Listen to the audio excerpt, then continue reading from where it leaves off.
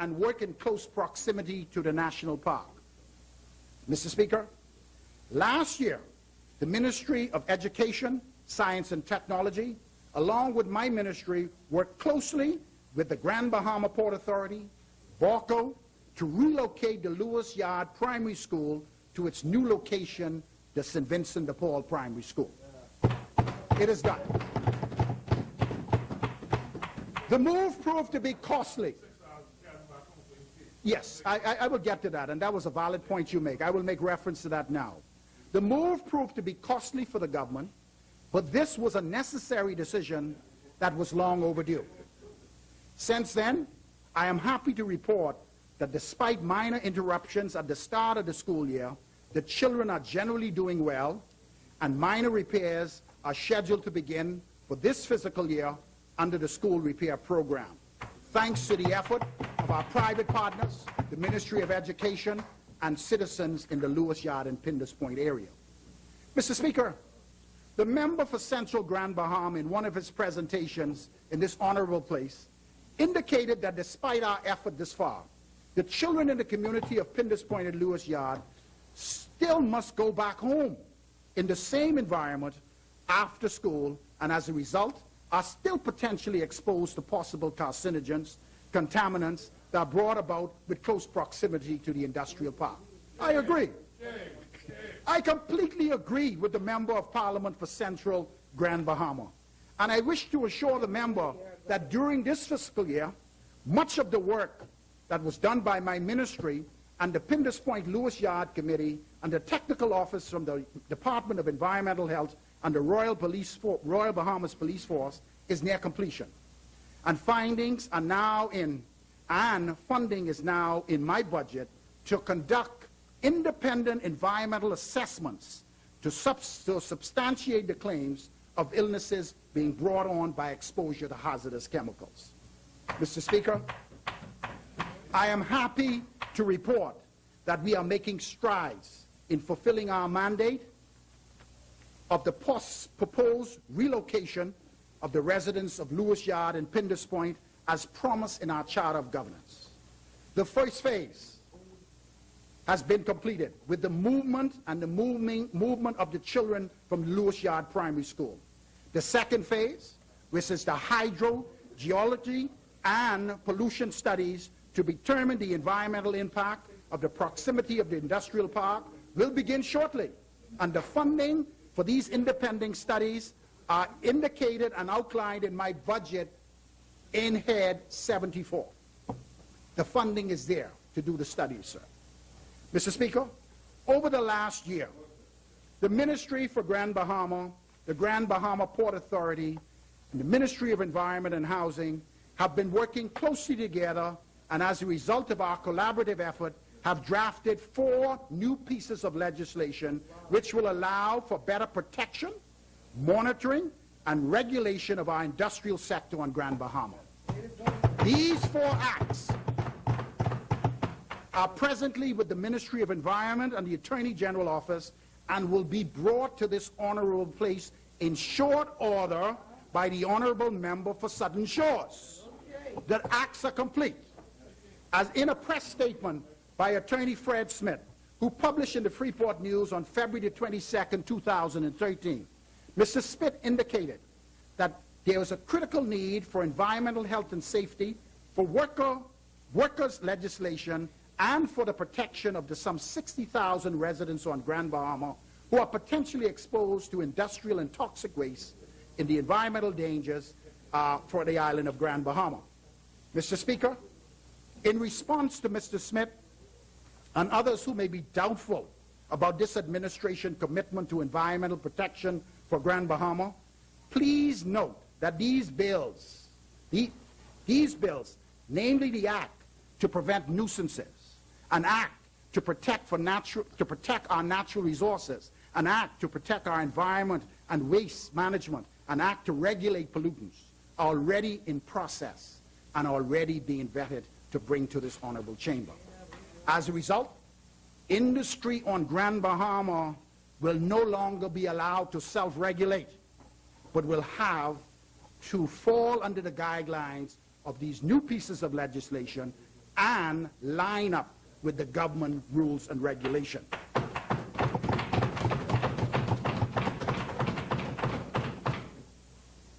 The implementation of these 4 new bills is certainly good news for all of us on Grand Bahama, because for the first time from the signing of the Hawkesbury Creek Agreement and the establishment of the 1969 Environmental Act, the government and the regulators will have greater authority and legal teeth to enforce laws and execute better control over what is happening in our industrial sector.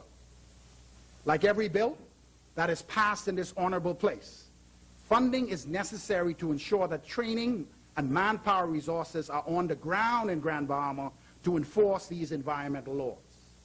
Mr. Speaker, funding is in place in this year's budget under Head 74 for the hiring of trained Bahamians who demonstrate that this administration will bring our young people back and contribute to the growth and development of Grand Bahama. Mr. Speaker, I would like to report that the problem of coastal erosion brought on by Hurricane Jane, Francis, and Sandy in Smith Point. You know what's amazing? Member for West End and Bimini? All of the seawalls all over Grand Bahama was repaired, and they left Smith Point up. I wonder why. It is the process is being resolved. Central Grand Bahama, answer me that one, man. Answer me why you left Smith Point out, man. Listen here, we ain't gonna leave them out no more. Yeah. The Ministry of Works and Urban Development, the Ministry of Environment and Housing, in conjunction with my ministry, have done the initial assessment and have concluded that there is a need to complete coastal erosion improvement, shoreline stabilization, seawall and break design works that will protect the coastal area from tidal erosion in the Smith Point area. It's about time we do it. Mr. Speaker, the settlement of Smith Point continues to play a significant role in our tourism product on Grand Bahama. Every Wednesday at the Smith Point Fish Fry, tourists and locals gather at the various businesses to experience a taste of well-prepared Bahamian cuisine and down-home cultural experience that everyone truly enjoys. Recognizing the importance of this settlement to the overall economy of Grand Bahama and the need to protect small businesses in the area, this administration is committed to do the necessary work to prepare and to correct the coastal erosion in Smith Point. Mr. Speaker, I am excited about where we are heading and fully support the government and the Grand Bahama Port Authority new approach to protecting our fragile ecosystem and the environment for future generations to come. The support from the community is encouraging, and all our industrial players are working together diligently to meet the requirements that are going to be put in place by the regulators and the government. Mr. Speaker, as we move to implement national health insurance throughout the country, the advancement of both primary and tertiary health care infrastructure and the delivery of quality public health care services on Grand Bahama is absolutely necessary going forward. Mr. Speaker, health care is an essential service that cannot be taken for granted. The provisions and the previous administration, in their short-sightedness, acquired the Island Palm Hotel with intent to renovate a portion of it to expand the existing healthcare facility, the Rand Memorial Hospital. And I remember 3 weeks before the election, 3 of the candidates from Grand Bahama was touring this facility and made statements to the residents of Grand Bahama that this is the new portion of the hospital that will soon come to play. My opponent, the one from Marco City who fell as well, the honorable for Central, the honorable member for Central Grand Bahama wasn't there, and the member for East Grand Bahama wasn't there. But it's surprising. Everyone who was there lost. You was there? Boy.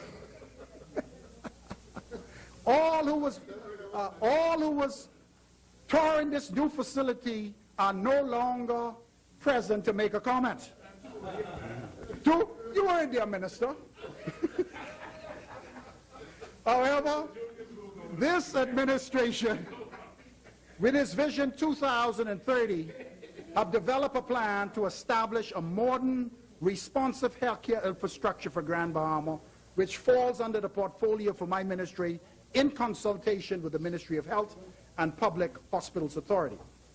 This administration, through its vision, led by our findings of the Dorset report, believes that a new state-of-the-art hospital is not only needed to deliver efficient, coordinated healthcare services for the residents of Northern Bahamas, but will also attract new niche markets in medical tourism, generate revenue, stimulate economic growth, and create employment opportunities for Grand Bahamians. Mr. Speaker, prior to assuming office, I was aware of the widespread dissatisfaction of healthcare services in East and West Grand Bahama, and many complaints by the residents in these settlements who are forced to utilize these deficient services throughout the years. These facilities were antiquated and lacked modern equipment, and as a result, could barely take care of the daily healthcare needs of the residents in the outskirts of Grand Bahama. This is why, because of the lack of involvement and investment in primary health care on the island of Grand Bahama, the Accident and Emergency Department of the Rand Memorial Hospital is always crowded for minor medical illnesses, cluttering the system and preventing those emergency cases from being seen by the relevant physicians on duty.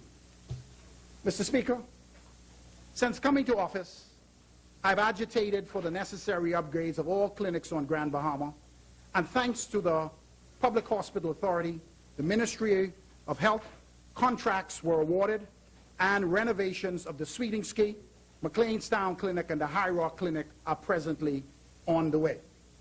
Shortly, work will begin in the 8 Mile Rock, West End, and Hawksbill Clinic, and I wish to publicly thank the member of North Andros and the Berry Islands, the Minister of Health, the Chairman and Managing Director of the Public Hospital Authority for this investment in the enhancement of primary health care infrastructure on the island of Grand Bahama. In addition, Mr. Speaker, in collaboration with the Ministry of Health and Public Hospital Authority, we are developing plans to restaff and provide comprehensive, preventative, curative, rehabilitative health care to improve clinical outcomes as rapidly as we possibly can, because a strong primary health care infrastructure and delivery service is essential for plotting the way for national health insurance that is soon to come in the country.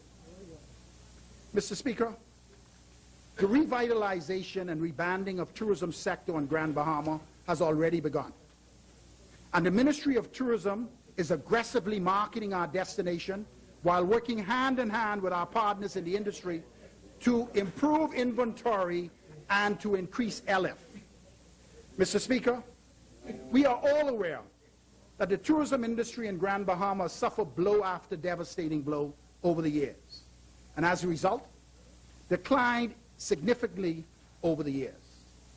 Nonetheless, in keeping with our commitment to strengthen our key industry on Grand Bahama and reopen closed hotel properties, this administration, because of our tax incentive outlined in our Charter of Governance, have rejuvenated many of the existing properties that were failing. We have played a critical role to bring the Sunwing deal to fruition. The government has partnered with the Hutchison-Whampoa group of companies, the owner of the Grand Resort property and Sunwing, one of the world's largest tour and travel companies, to revive the island's struggling tourism industry through the reopening of the Reef Village as a 5-star all-inclusive resort property in November of this year. Mr. Speaker, The deal is finalized. The architectural designs and the bidding process is now complete, and major contracts will be awarded shortly. I'm also pleased to report that the government has appointed Mr. Albert Gray, the consultant in my ministry, to represent the interests of the government through the negotiation phase. Mr. Speaker, the construction phase, which will begin in a few weeks, will provide an excess of 350 jobs. I encourage all skilled construction workers and subcontractors to be on standby for the announcement of when the work will begin. The opening of this five-star property in late November of this year will employ approximately 1,000 Grand Bahamians, and the recruitment of employees from resorts and the employment process will begin 2 months before the opening of the resort.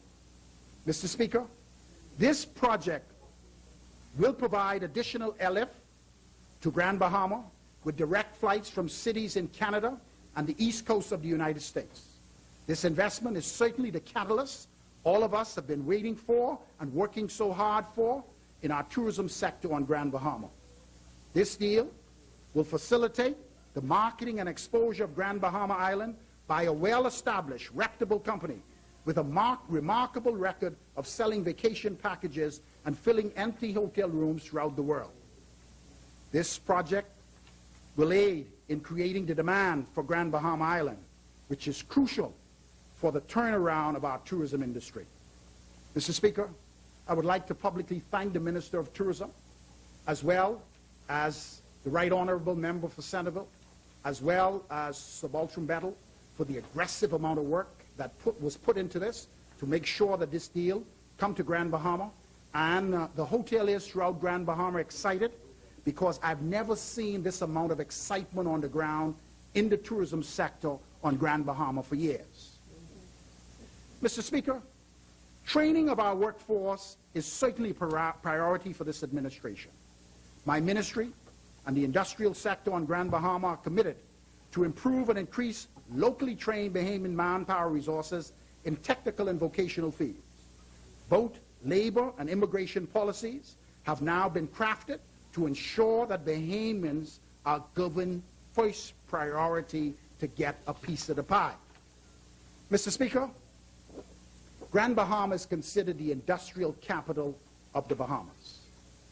Our strategic location, just 60 miles off the east coast of Florida, our duty-free concessions in the Freeport area, our modern infrastructure and quality of life, our harbor, which is the largest man-made harbor in the world and the deepest in the region, makes Grand Bahama Island a major player in the global market as trade, transshipment, and logistic and investment center.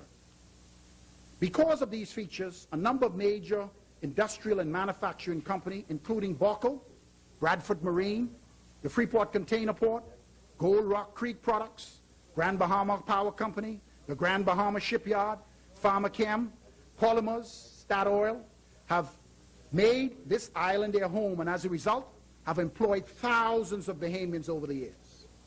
Mr. Speaker, these companies have been thriving despite the global economic crisis and gross millions each year and presently employ thousands of Grand Bahamians. However, it is a well-known fact that a large number of these jobs are held by foreign nationals on work permits. Mr. Speaker, this matter has become a major bone of contention as thousands of Grand Bahamians are unemployed, while non-Bahamians on work permits seem to have monopoly on the lucrative and substantive employment opportunities in our industrial sector. We're working it, Minister. Mr. Speaker, my ministry was born out of the loins of the Progressive Liberal Party, and the desire to specifically target and address the many concerns and challenges facing Grand Bahamians on a daily basis in all sectors of our economy. It is a known fact that Grand Bahamians has been in a poor social and economic state from 2004, which, coupled by the global economic crisis and the closure of one of our prime properties, the Royal Oasis Hotel, the island primary employer for Grand Bahamians, dealt a devastating blow to our economy. Over the last few years, Grand Bahama has been neglected by the central government, which definitely has caused major unemployment from east to west Grand Bahama.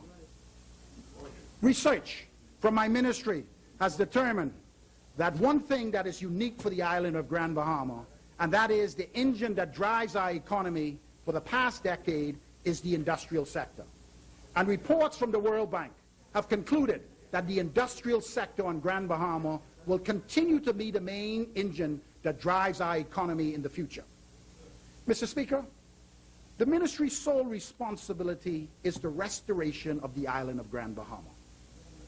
In our order for the economy of Grand Bahama to revitalize, we must develop our local workforce to meet the peak demands for employment in the existing and future industrial facilities on Grand Bahama. With this in mind, and in keeping with the mandate of putting Bahamians first, I took the initiative to meet individually and collectively with the key players in the industrial sector to determine the positions that are available for Bahamians in the sector and the qualifications and skills that they require in order to gain gainful employment. Mr. Speaker, through my discussion with industrial leaders, I have found that there are major jobs that are available in the sector for Bahamians. Painters, blasters, scaffolders, motor rewinders, mechanics, pipe fitters, welders, fabricators, stevedores, tugboat operators, heavy equipment operators, diesel mechanics, and a number of other professions in the technical and vocational areas, and can be filled by Bahamians. We are now in the process of providing the necessary training so they can capitalize on these events. Member yields. The chair recognizes honourable member for Bain and Grandstone. Mr. Speaker, as it appears that we will be going beyond 7 o'clock, I wonder if I could move this resolution, resolve Members of this House to continue beyond 7 p.m. on Monday, 10th June 2013. Thank you, honourable members. It's moved and seconded that the business of this House extend beyond 7 p.m. on Monday, the 10th of June, 2013. As many in favor will remain seated, and those opposed will stand. The business of this House will continue beyond 7 p.m. this afternoon. Member for Pine Ridge, you may continue. Thank you so much.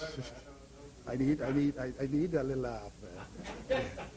Mr. Speaker, with your leave, I would like to take the time to address some comments made by a private citizen who is not from Grand Bahama, but in his remark to a recent Grand Bahama Chamber Commerce luncheon, which was published in the Freeport News, questioned my ministry's authority and ability to make a difference, and negatively stereotype Grand Bahamian workers, their work ethics, the character of Bahamian workforce, by asserting that we lack work ethics, productivity, timelessness, and honesty.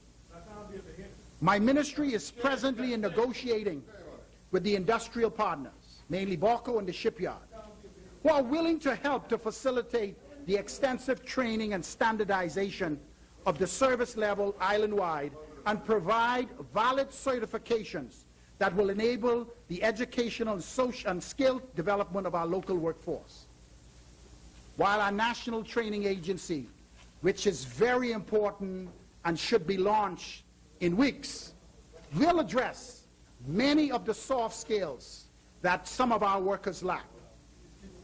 Mr. Speaker, I cannot pretend that the challenges that this gentleman mentioned are non-existent in some areas of our workforce, but these are certainly in the minority. In fact, during my tenure as minister, I have encountered young individuals, highly educated Grand Bahamians, who took exception to them being stereotyped even before being gainfully employed. Our young people are tired, Mr. Speaker, of being stereotyped and criticized. They're tired. They're tired of being criticized and stereotyped. In an environment where there is limited employment opportunities, some individuals are painting a negative picture of our country's workforce, and it is not right. No, Mr. Speaker, this administration is not expecting employers to work miracles. But what we are expecting through our policies is that Bahamians be given first preference for employment and training because there's ongoing training on the job. Mr. Speaker, I see these comments unfair and unfounded, and it attacks Bahamians. And we should not entertain them without meaningful recommendation. It's all right to criticize, but offer something positive and encouraging for our young people. Mr. Speaker, it will take a united effort to move Grand Bahama out of its present state of affairs. The government cannot do it alone. I'll say that again. The government cannot do it alone. And we need the full support of our business community and the side opposite. For this reason, this afternoon, I am delighted to report that my ministry is in the process of developing a ministries partnership program, which will be officially launched this summer. The primary goal of this program will be to impact lives of Grand Bahamians, one person, one project at a time, as the community comes together to develop my ministries partner that will be selected for the various projects. Mr. Speaker, during my tenure as minister, I have met numerous service organizations who have pledged to partner with my ministry in an effort to bring. It is my belief that the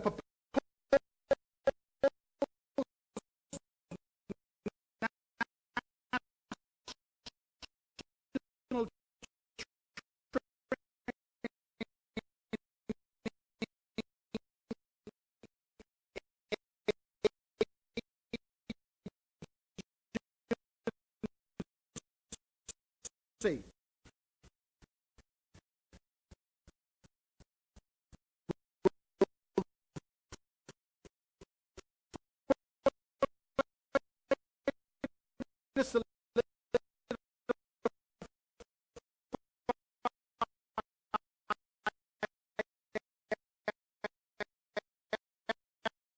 Efforts in the short term.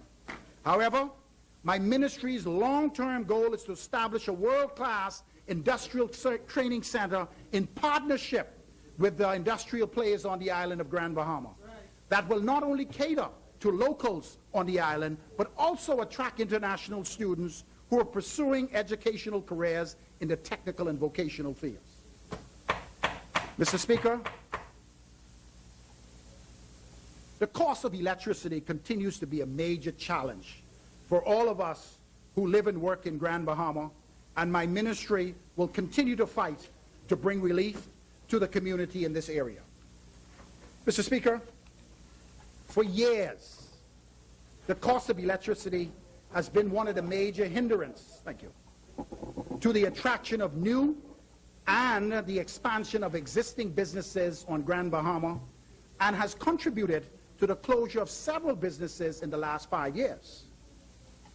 Business owners and residents address this problem. I am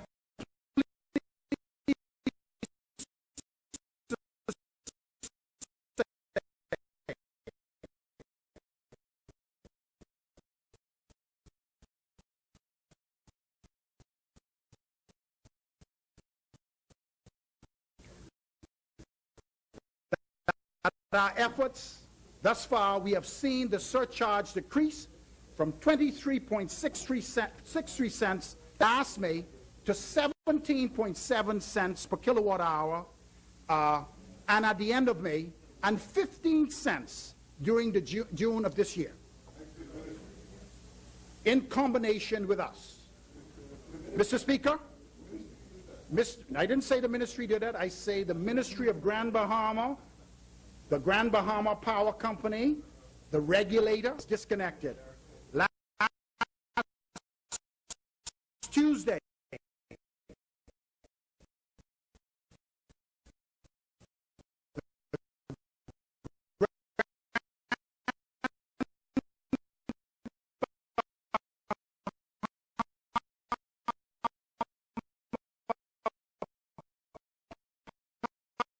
our company officially launched its reconnection exercise for the entire island of Grand Bahama. I know I didn't say it was the first time.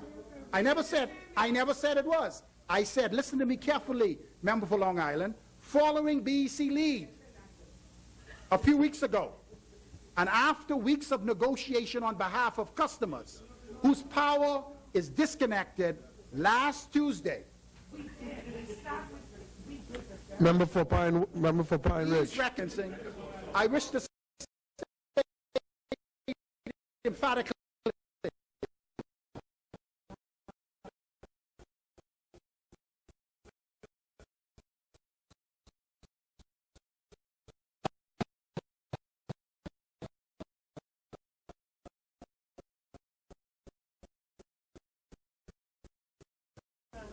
that while these two options provide minimal short-term relief, the real savings will be realized with the implementation of alternative forms of energy for power generation. Emera, the parent company for the Grand Bahama Power Company, is now committed to utilizing compressed natural gas as a fuel source going forward. They have indicated that they will convert some of their existing turbines at the power station to burn. Discussions with the regulators a few days ago revealed that the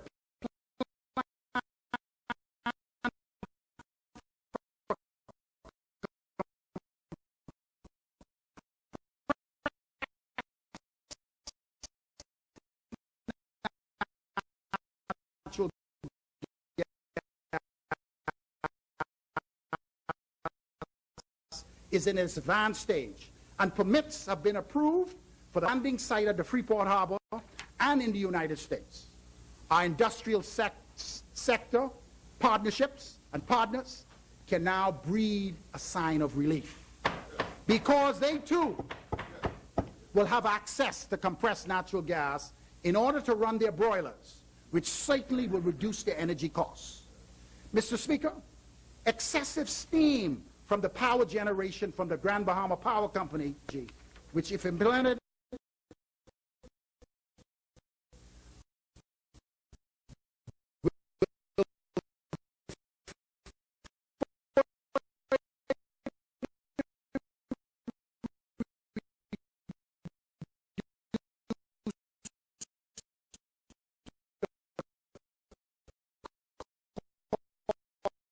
of energy for residents and businesses on Grand Bahama. My ministry is really excited about what is about to happen with our energy costs throughout Grand Bahama.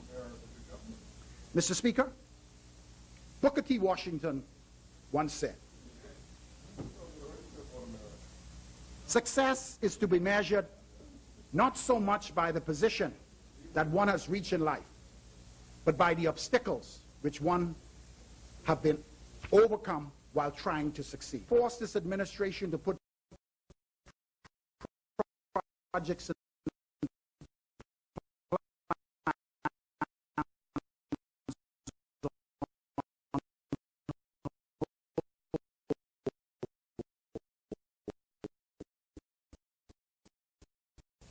that were ready to be executed on day one to coming to office. These projects would have helped to rapidly stabilize our economy and create the much-needed jobs that we presently need. Nonetheless, despite our many economic setbacks, I remain confident under the leadership of the Right Honorable Member for Centerville. We have begun the process of bringing our country back to the road to recovery. This budget, which Moody clearly indicate hits the right notes, will eventually stun the growth of our national debt, reduce the budgetary deficit, and will pave the way for our country to sustain economic growth and development. Mr. Speaker, in their opposition to this budget, members on the side opposite mentioned that this administration was disingenuous in raising taxes in this budget and wrong to implement budgetary cuts in the area. What a double standard. There's a problem when you increase taxes, there's a problem when you don't. On the other hand, they talk about increasing taxes, and then on the other hand, they criticize the cuts. Although, in this budget, there are increased taxes in small numbers of luxury items, including tobacco, spirits, I wish to highlight that for the most part, tax reform measures in the budget does not affect the small man. It don't affect the small man.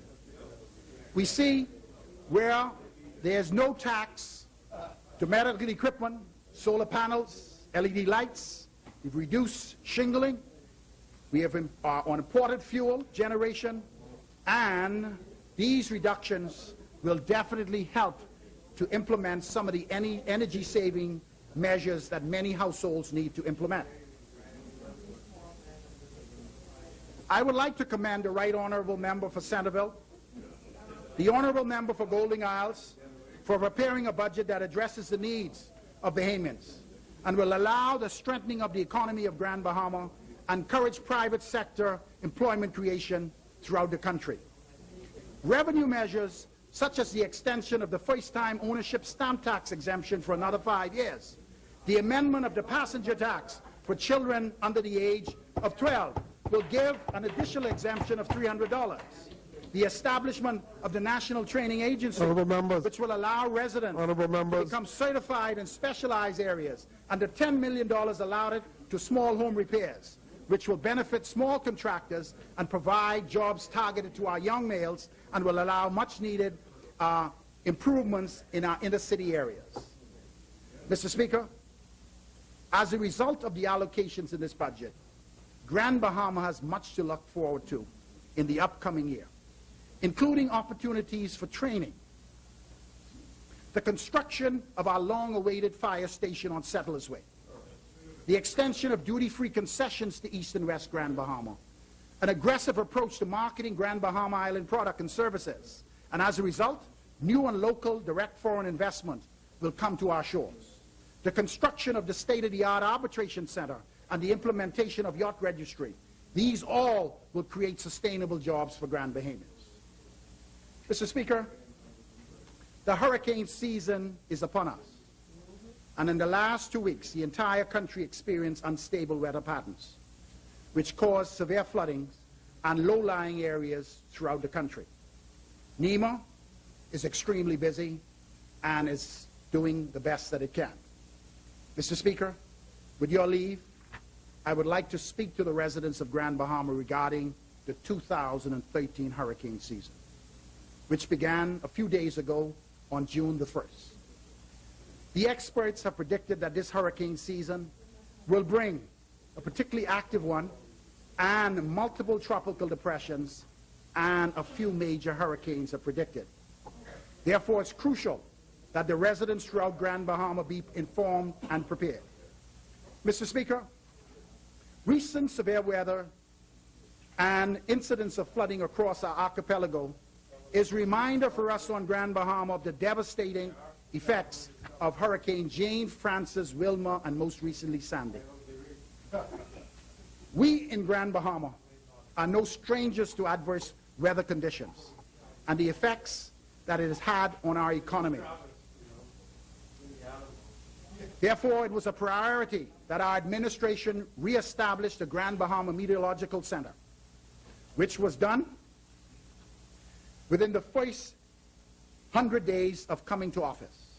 I would like to once again thank the member for Angleton for her support and her diligence to ensure that this center was put in place at the last hurricane season.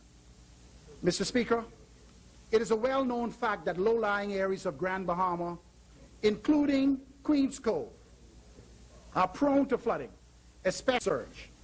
For this reason, going forward, the government, along with NEMA, will implement mandatory evacuation orders in low-lying areas throughout Grand Bahama. Mr. Speaker, I would like to inform the residents of Grand Bahama that in the next few weeks, NEMA, in conjunction with my ministry and private partners, will launch a series of town meetings throughout the settlements of Grand Bahama, which are designed to equip residents and to better prepare them for the handling of the hurricane season. Mr. Speaker, this administration is and will continue to use our resources to protect Bahamians and to prepare for emergency. I don't need your blueprint. You're a Lone Ranger. We have a corporate group. Yeah, not a finance. Mr. Speaker. Mr. Speaker, I think it's appropriate for me to conclude my contribution to this debate with a focus on the celebration of our 40th anniversary of independence, because history is being made all over Grand Bahama. The 40th Independence Committee Jumpstart Group started with Tell Us town hall meetings. These meetings were held in all the communities from east to west Grand Bahama to listen to the residents and allow them to tell us about their heroes. Mr. Speaker, the Right Honorable Member for Centerville takes every opportunity to remind us that these 40th independence celebration should also be about impacting lives and remembering the unsung heroes who have blazed the way for all of us to enjoy in our beautiful country. In addition, Mr. Speaker, there was a historical march and rally from all students throughout Grand Bahama. This was something special, an occasion where young people of Grand Bahama were entertained by the Royal Bahamas Police Force, the Royal Bahamas Defense Force, and local entertainers throughout Grand Bahama. Mr. Speaker, also included in the events was the recent parliamentary luncheon, which recognized former and sitting parliamentarians from Grand Bahama.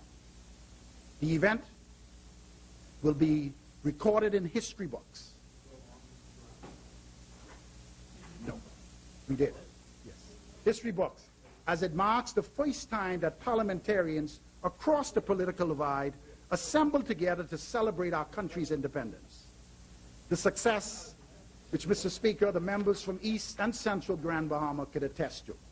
During that day, we laid down our weapons and we were able to come together for our contributions that we have made to the island of Grand Bahama. This month, Mr. Speaker, there will be a march to focus on the bridge, bridging the gap and continuing the journey with 3 major youth forums. There's a Girls Empowerment Conference and a Youth Congress 2013 and a Youth Empowerment Rally, all geared towards engaging our young people to play an important part in these celebrations. Yes, Mr. Speaker, Grand Bahama is doing the Bahamas proud in its celebrations of our 40th anniversary. And Mr. Speaker, there's much more to come. I would like to encourage all Grand Bahamians to support these events and show your love for country by wearing national colors and flying your Bahamian flags as we move to the countdown for July the 10th of this year. Finally, as I take my seat, Mr. Speaker, the Right Honorable Member for Centerville always states, every Bahamian, wherever they may be, is entitled to the benefits of this beautiful country.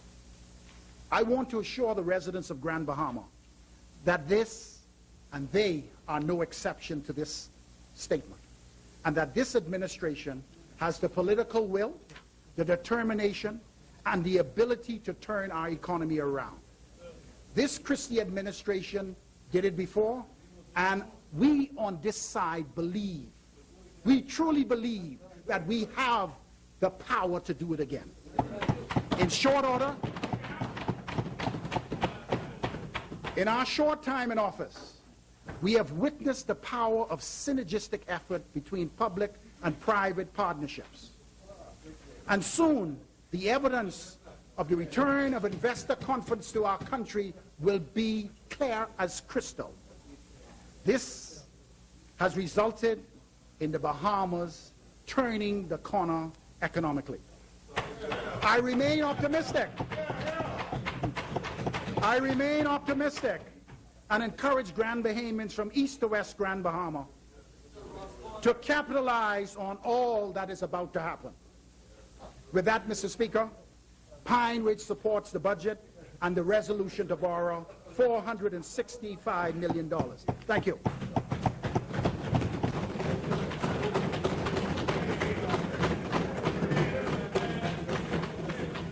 Thank you, Honourable Member.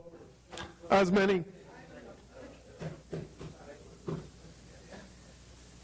The chair recognizes the Honourable Member for Bamboo Town. Mr. Speaker, as I once again arise in this place, I just want to thank Almighty God,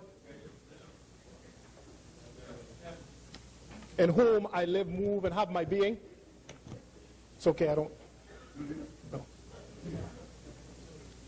And as I said before, Mr. Speaker, when I arose in this place the last time, you know it says His mercies are new every morning, and I am one of those who is constantly in need of those good mercies. Me too. Mr. Speaker, I also want to thank the good people of Bamboo Town who just over a year ago allowed me to be first past the post. And through the grace of Almighty God, has allowed me to serve in this honorable house. And I would like to say to them, you know, there's one particular talk show who can't seem to keep my name out of his mouth. That's okay. But that's okay. Dog don't bark at park car. As was said, dogs don't bark at parked car. So I'm going to talk a little bit about the car that is moving. That's right. You see, Mr. Speaker, there's been a continuous frame that nothing has happened in the constituency of Bamboo Town, which I won and brought to the PLP after 30 years of it being in the hands of the opposition. And I would like to say, Mr. Speaker, that as long as I am up for nomination in that constituency, it will stay in the hands of the Progressive Liberal Party. You see, Mr. Speaker, yeah, that's what happens after a good cut behind. I know that's unparliamentary, Mr. Speaker, so I bid member to ask you to I will withdraw. Very well. You see, Mr. Speaker, upon being elected, 2 weeks after I was elected, and 4 days, it's contagious over on this side. It's contagious. Me scared. 2 weeks after having been elected, Trying to make it scary. and 4 days after having been named Parliamentary Secretary in the Ministry of Works, Mr. Speaker. I want you to know, Mr. Speaker, that I had the entire subdivision of Airedale paved. Airedale had some of the worst roads in the entire island of Nassau. Let them know. Mr. Speaker, in addition to that, with the work of the good member for Golden Gates and the permission of my immediate boss, the Deputy Prime Minister, the good member for Cat Island, Rumkey, and San Salvador, we had Munnings Drive paved from St. Vincent Road to Blue Hill Road. Tell them. It is one of those roads that border both my constituency and the good member for Golden Gates. Soon thereafter, Mr. Speaker, we had Malcolm Road paved from East Street to Kennedy Subdivision. Let them That borders dogs know. my road, that borders my constituency and the good member for Golden Gates. Yes. Did it in cooperation and in union with the good member from Golden Gates, and as I said, with the permission of the Minister for Works. Now you're going to get my own day. That's coming soon. Hurry. In addition to that, Mr. Speaker, we also paved portions of New Hope Drive, Porgy's Way. And Mr. Speaker, before the great deluge happened a couple of weeks ago, I already had many of the disposal wells in Bamboo Town, as I promised the residents I would do. I had them blown out. And so in areas of Bamboo Town where flooding took place, for the most part, were new areas that was never addressed. One area in particular, Mr. Speaker, behind City Market is a long-standing issue. I met the problem. It hasn't been able to seem to be solved by some engineers. We, by all saints, I had them blow out the well, re-drill it, and it still flooded. The flood still came. It was not addressed. But I want the residents there to know, especially the Moxies who live close to that area, and the gentleman who can't even sell his piece of property, he no longer lives in it, that we are going to use some ground penetrating radar to look to see if there's a cavity in that particular area. It's already in the works. And if there is, we will then put a disposal well in that particular area to solve that problem. And if that doesn't solve it, then we're going to have to look at how we can raise the road in the back, so it's no longer a valley. And they say you But I will have to discuss that further with my boss, but it's coming. And they say you ain't doing nothing. But they still say I ain't doing nothing. Man, shut them up, man. Mr. Speaker, in addition to that, I want you to know I'm not going to name off the amount of roofs I've fixed in Bamboo Town. Name them, man. Name a couple of roofs. But the people, they know.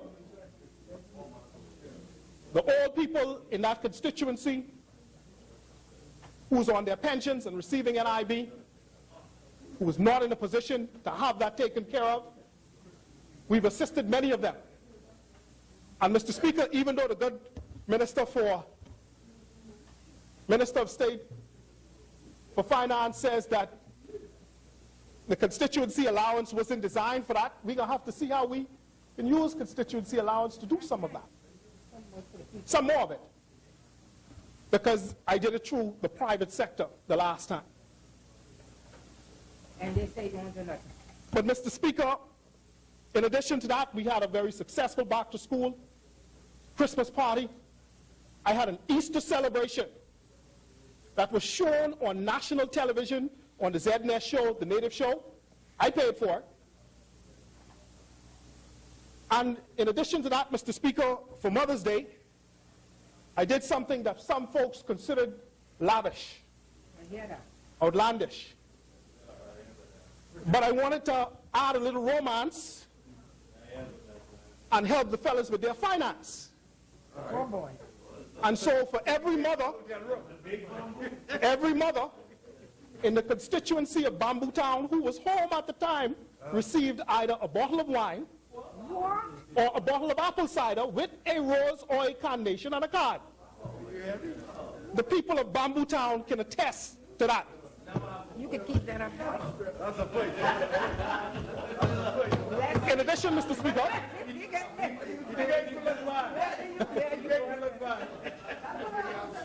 in addition, Mr. Speaker, But I did drink some wine.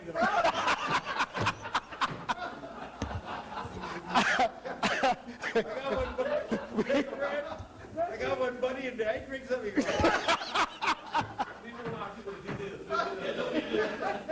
Tall Pines has attested to it already in this place, eh? And so, Mr. Speaker, not to be undone, this Sunday is Father's Day. Yeah. And we're going to be starting an annual event called Father's Fest. As we have Crab Fest also taking place this weekend. And I'm inviting all of my parliamentary colleagues to come down to the constituency office of Bamboo Town because we're going to have eats and drinks. But we're going to have some crab and rice. And we're going to make sure it's them succulent South Andres crab. Something the member for South Andres and myself know an awful lot about. And so, Mr. Speaker, I'm also taking this opportunity to invite all of the fathers in Bamboo Town to this event on Saturday. And the surrounding areas. It's going to be at my constituency office on East Street. We will have eats and drinks. The food and the drink is free. We want them to come out, bring their families, and we're also going to be honoring the oldest father in the constituency. You see, Mr. Speaker, when I first started campaigning in Bamboo Town, I told the folks, as I went from house to house, I would quote a scripture that was quoted by the prophet Jeremiah in relating the words of God to the people of Israel some 2,500 years ago. Also speak to the Palestinians. He says, yeah, we can speak to them too. He says, I know the plans I have for you. That's right, boy. Plans to do you good and not evil. That's right. Plans for a future and a hope. And Mr. Speaker, when we have plans, plans are born out of a vision. And Mr. Speaker, the good book also says where there is no vision, the people perish. But you see, vision is also born out of our particular worldview. And Mr. Speaker, I am an individual who grew up in a very conservative Christian home. Women weren't allowed to wear pants and makeup, out of fear that they may end up in hell. And you know, that tends to shape a man's view of the world. But as I grew and matured, my views changed somewhat, an awful lot, and I became much more of a libertarian. So some would consider me being someone with a Judeo-Christian worldview with some libertarianism sprinkled on in there. Yeah. To tell you the truth, Mr. Speaker, if my grandma Edith Edgecombe Wells out of Deadmanski, Long Island, and Natalie Smith Flowers out of Drakesville, South Andros, would know some of the views I hold today, they would roll over in their graves. What? But suffice to say, Mr. Speaker, They shouldn't send it to the U.S. our worldview informs what it is that we do, the morals that we have. And I can say to you, Mr. Speaker, that if you can accurately predict a man's particular position, his worldview, you can almost, in most instances, predict where he or she would be on matters of public policy.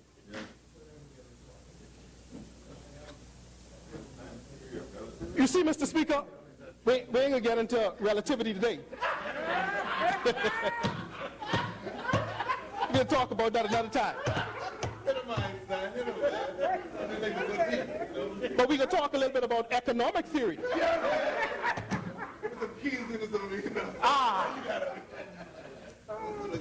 You see, Mr. Speaker, when one holds a particular view, oftentimes it informs even which political party we decide we want to join. Yes. Whether we are more Democrat or Republican. Whether more we are PLP or F&M. That's the boy. And Mr. Speaker, from time to time, you have societies that waver between the two opinions. And there usually is two. And in the issue of economics, Mr. Speaker, there's really only two views with little views around the fringes. And no one encapsulated the view more so. The initial one that led and drove the Industrial Revolution, like Adam Smith, in his book called The Wealth of Nations.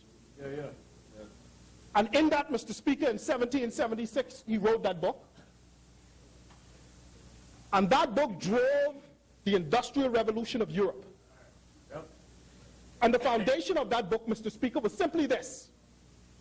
Government should stay out of the way of the private sector, let the private sector do whatever it needed to do to make profit and make as much profit as possible. Oh, that's the diagonal view. Oh, so he belongs in that class. Yeah, that's the way he thinks. And so for well over 100 years, Europe lived under that view. And as a result of that, we had child labor, long work hours, environmental destruction, but profit was being made. So much so that J.P. Morgan, Andrew Carnegie, those gentlemen that they ended up calling the robber barons, John Rockefeller, J.P. Morgan had more money at the turn of the century than the entire government of the United States. But you see, those excesses is what many economists said led to the crash of the markets in the 1920s. 1929. And into this rush of calamity comes another gentleman who says, no, that's not the way to go. We ought to be having much more government involvement in the economy. As a matter of fact, government should be the major driver of economic activity in the economy. And his name was John Maynard Keynes. And Keynes wrote a book in the 1940s. Actually, he wrote in the 1930s. The book was called The Great Theory of Employment, Interest, and Money. And in that, he laid down his understanding of how government can pull the American economy, the British economy, out of the doldrums. Interestingly enough, at the same time, you had President Franklin Delano Roosevelt, who had bought into the ideas of Keynes, who had been preaching them for a while, and he started the Great Deal, where America established the Social Security system to take care of persons, and the government of America began to spend in the economy. And so, Mr. Speaker, from the 1940s until the 1970s, most of the politicians, by and large, in the United States and economists, the theory being used was that of Keynesian. Yes, Keynesian theory. Keynesian in the 1970s began to fall in disfavor because as government spent, as government started a social program, it got so large, in order to support it, you needed more tax dollars. Talk about the Marshall Plan. And so into that fray comes Ronald Reagan, preaching the message of another economist who put a little spin on John Smith's ideas. His name was Friedman von Hayek. And Hayek in 1944 wrote a book called The Road to Serfdom. I remember as an engineer in economic class at Oral Roberts University, and us discussing Hayek's theories. Egalitarianism, you know that. And Mr. Speaker, Hayek's view was that government has a role to play, but a small one. It should be small government, low taxes, spur on the private sectors with initiatives, and allow the private sector to drive the economy. That was Adam Smith's. And really, for me, what you realize, Mr. Speaker, at the end of the day, Solomon says there's nothing new under the sun. Not a thing. You see it coming back in different forms. And Reagan rode to power, calling Carter in many ways a Keynesian. Reagan and Margaret Thatcher were devotees of Hayek. They believe in small government. Limited. Crushing unions. That's right. Now mind you, some would say that Reaganomics helped revive America. That Thatcher helped revive the British economy. And from the 1980s until 2007, there was this tug. Is Keynes right? Is Hayek right? Is Milton Friedman right, who also believed as Hayek did? And so now Keynesian is back in favor. Obama rode to power preaching Keynesian doctrine. He's a devotee of it. So, Mr. Speaker, then the question becomes, oftentimes when we have these kinds of views, where do we fit on the spectrum of economic thought? Speak for the proletariat class. Where does this budget of ours land on the spectrum? I said in this place, Mr. Speaker, during my first budget debate, my very first speech in this House, I spoke about what my personal vision is for the Bahamas. And all of us, as members of this honorable place, would have our own personal vision of what we'd like to see the Bahamas be. Or else we wouldn't have brought him here. That's what leadership is about. That's what leaders do. They have a vision. And I said that my vision, Mr. Speaker,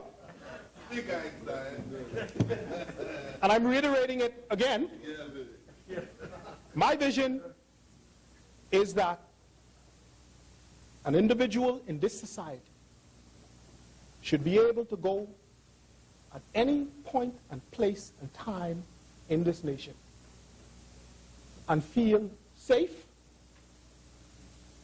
and not believe that they would have their person accosted or their properties taken from them. They would be highly educated and have the doors of opportunity swung wide open to them.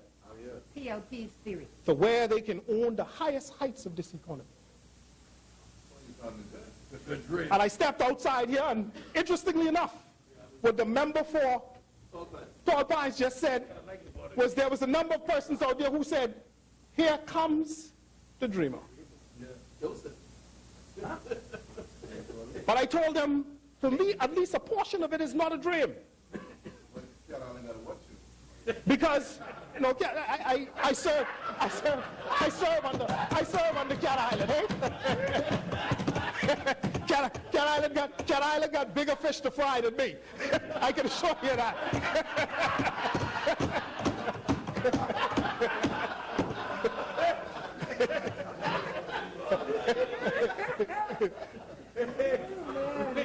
The brothers say you got the But Mr. Speaker, I wanted to say that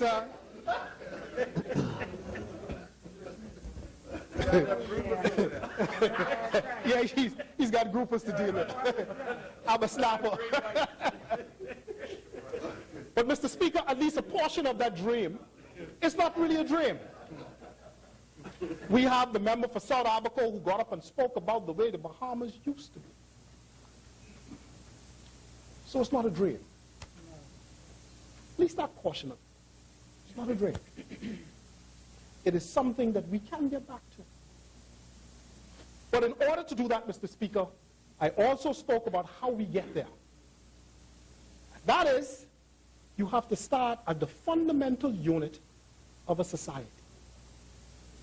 And that is with the individual. That individual in a family, that family in a community, the community amongst other communities on the island in other in cooperation with other islands within the nation, and this nation, unique in the Western Hemisphere. There's none like the Bahamas. And the honorable member for Centerville is oftentimes heard repeating that we have no other model in this Western Hemisphere really to model ourselves after. So we're in uncharted territory, and what we do is revolutionary for us and for others as well. But this beautiful nation, the Bahamas, are adrift among the sea of nations.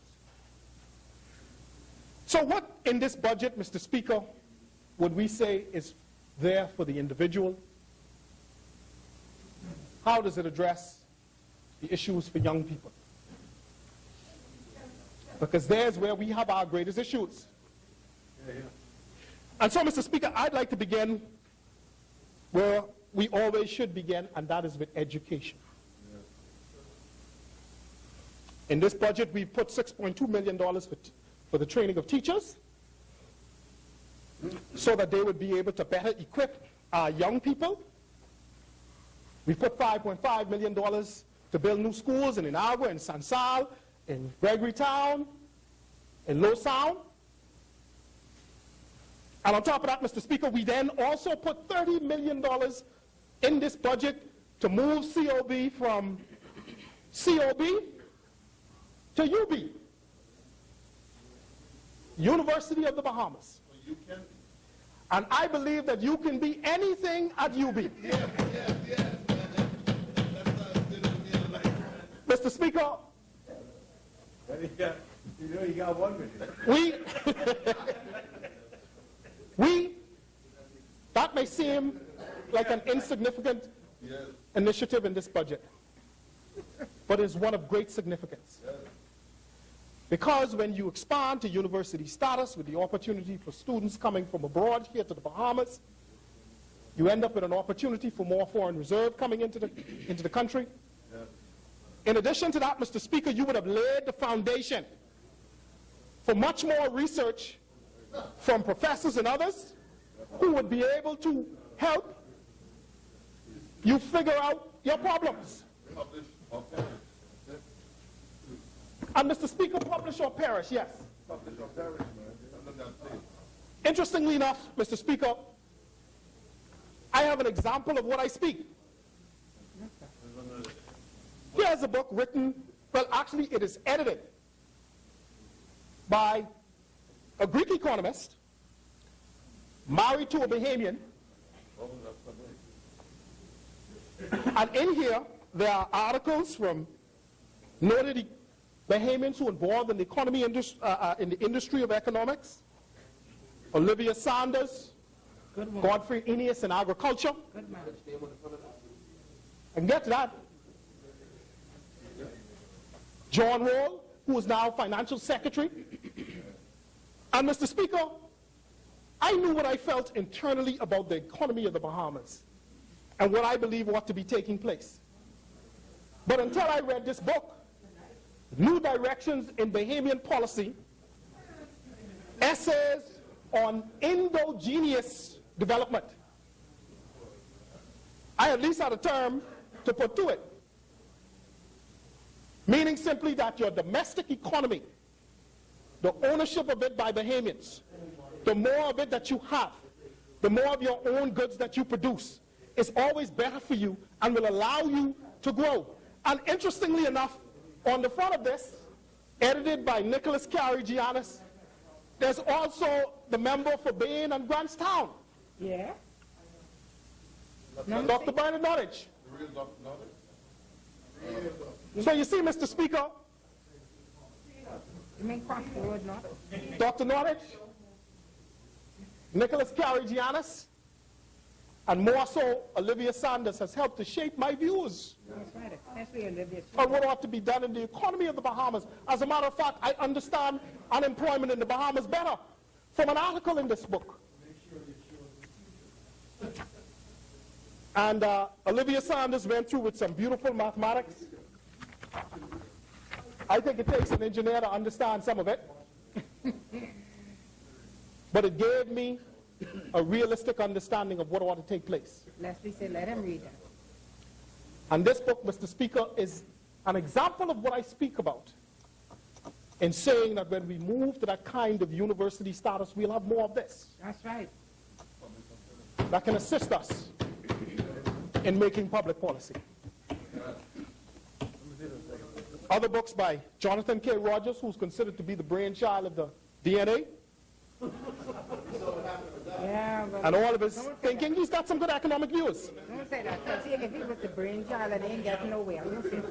Another book, A New Economic Strategy for the Bahamas. A New Economic Strategy for the Bahamas. Nicholas Carey Giannis, edited also by, and lots of essays in here from Bahamians, economists.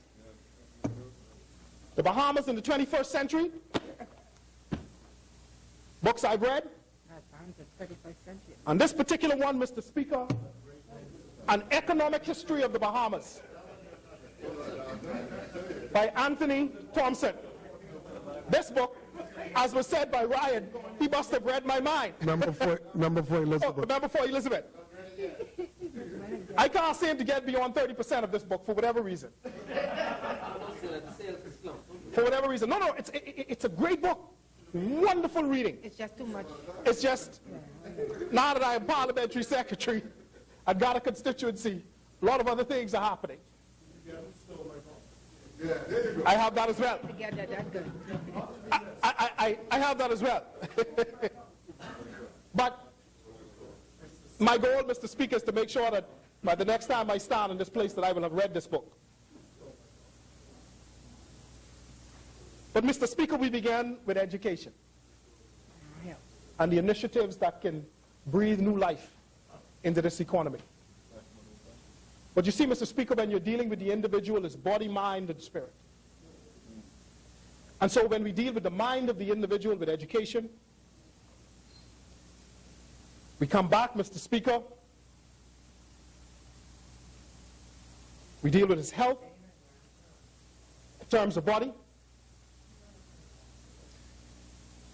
We look at what has happened in terms of 10 million for sporting facilities, Mr. Speaker, in the family islands, to be able to assist young people, Mr. Speaker, to help develop those kinds of talents. And Mr. Speaker, you had the Minister for Youth and Sports, the member for Carmichael, speak to that issue of what it means, the kind of advertisement that can happen. You know, Mr. Speaker, I grew up in Drakesville, South Andros. I left Deadman's Key, Long Island as a 2-year-old. You ain't from Long Island. And ended up in South Andros. So I consider myself more of an Andros man. That's right. And there, running bare feet, climbing coconut trees, I always said that that was the impetus, Mr. Speaker, that allowed me to be able to go to two Olympic Games, 1996 and 2000. I was captain of both Olympic teams. 8 World Championships, Mr. Speaker. Climb a coconut tree. Setting the national record in the 100 meters, which I held for 11 years. Go, boy, go. Mr. Speaker, 10.18 seconds. I also ran 10 flat, but it was wind dated. I still like to claim that. But, Mr. Speaker, I'm saying from the viewpoint that there are young people such as I who are in these family islands. And when we speak about putting the kind of infrastructure in these family islands, these sporting facilities, to help maximize those talents. There is a Renwood Wells out there. There is a Troy McIntosh. There is a Sabatita Fines. Those persons who came from the family islands, who made their mark on the international arena. That's right, boy. And how many more of those would we be able to produce? Like the boys from Moores Island, with the requisite facilities. You see?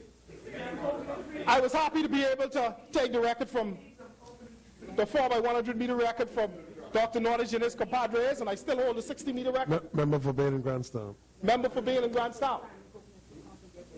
But, Mr. Speaker, we would have dealt with the education. Here it is, we're putting sporting facilities together to be able to deal with the body. Health, in terms of, we've spoken about what we intend to do with stem cell research. Money is allocated for health care. And on top of that, Mr. Speaker, after we would have done those things, what else is there that we would have for those young people? And what areas of the economy did we make provisions for them to be able to find employment? The $10 million in urban renewal, Mr. Speaker, is our opportunity to be able to jumpstart the construction sector in small home repairs. And the good thing about it, Mr. Speaker, is because it is contract-based, it is not going to put the kind of pressures on the recurrent side of the budget. It'll allow for a contractor to hire 6 or 7 or 12 young men, and it will help with our unemployment. In addition, Mr. Speaker, what we intend to do in the area of renewables, I know the member for South Beach mentioned renewables. And Mr. Speaker, she talks about the political will. And the only thing that's requiring us to move forward, this, Mr. Speaker, is a solar farm. When I was in Israel, this is a solar farm on the roof of a chicken farm. What the investors did was put solar panels up on the roof to run the entire chicken production business, which lowered the cost of production. And on top of that, because they're tied into Israel's grid, they're able to sell electricity back to the grid, causing their entire operation to be dirt cheap. It looks like that logic needs it. This is what we can do, both in the area of agriculture and in the area of energy. And Mr. Speaker, with grid tie, and it's coming, being chairman of the National Energy Task Force, I'm not going to speak too much to that as yet, because obviously the cabinet of the Bahamas is going to have to make some decision on those things. But renewables in this country will happen. And it will happen because it must. It is an opportunity to spur on development. It's also an opportunity for us to lower our energy cost and for us to lower the cost of living for residents. Mr. Speaker, another initiative I'd like to speak to is this $1 million. And on the education side, this school, this agricultural school to be built in Andros, agricultural and marine school. You know, Mr. Speaker, when the Prime Minister said that we were going to have $1 million allocated for the production of greenhouses, the establishment of greenhouses in urban renewal centers throughout the country, some said it was a mustard seed. But I believe, Mr. Speaker, it is a mustard seed that has the potential to be a mountain. And Mr. Speaker, we have said that with this agricultural school and marine resources, that we intend to put a dent in the overall production of food goods and having to send monies outside of the country to purchase goods that we can produce right here in the Bahamas. And you know, Mr. Speaker, while I was in Israel again, same trip, I took the opportunity to look at greenhouses. I've always been a proponent of those. Using solar energy on a greenhouse to reduce the cost of production. Knowing that greenhouses has the capacity to increase your agricultural output by about tenfold. That's right. And Mr. Speaker, many of the things I spoke to, many persons would say, when I spoke to them about it, it's not possible. But Mr. Speaker, I went and took pictures of what is possible. And you know, Mr. Speaker, I also was amazed. You see, this picture here is what they call a grow bag. It's right side up. Here you have the bag, and in this is a tomato plant in the bag. And in there is a little line for drip irrigation. The plant receives just the right amount of water and nutrients. But what was so amazing to me, Mr. Speaker, was I asked the question of the Israeli scientists, well, what soil is it that you use to produce such good products? And throughout here, Mr. Speaker, the other pictures, members can take a look. And Mr. Speaker, you know what he said is in that grow bag? He said, we have found through studies that the best soil for growing fruits and vegetables in is the husk from coconuts. That's what's in that grow bag. What they have done is they go to East Asia. They have mulching facilities that mulch up the coconut. They put it in that bag called Pelmex, and it's used throughout Israel. Israel not only feeds 7 million Israelis, they also are one of the major exporters to Europe using that technology. That's right. And when he said that, Mr. Speaker, I thought to myself, I said, you know, that shouldn't be unusual for me.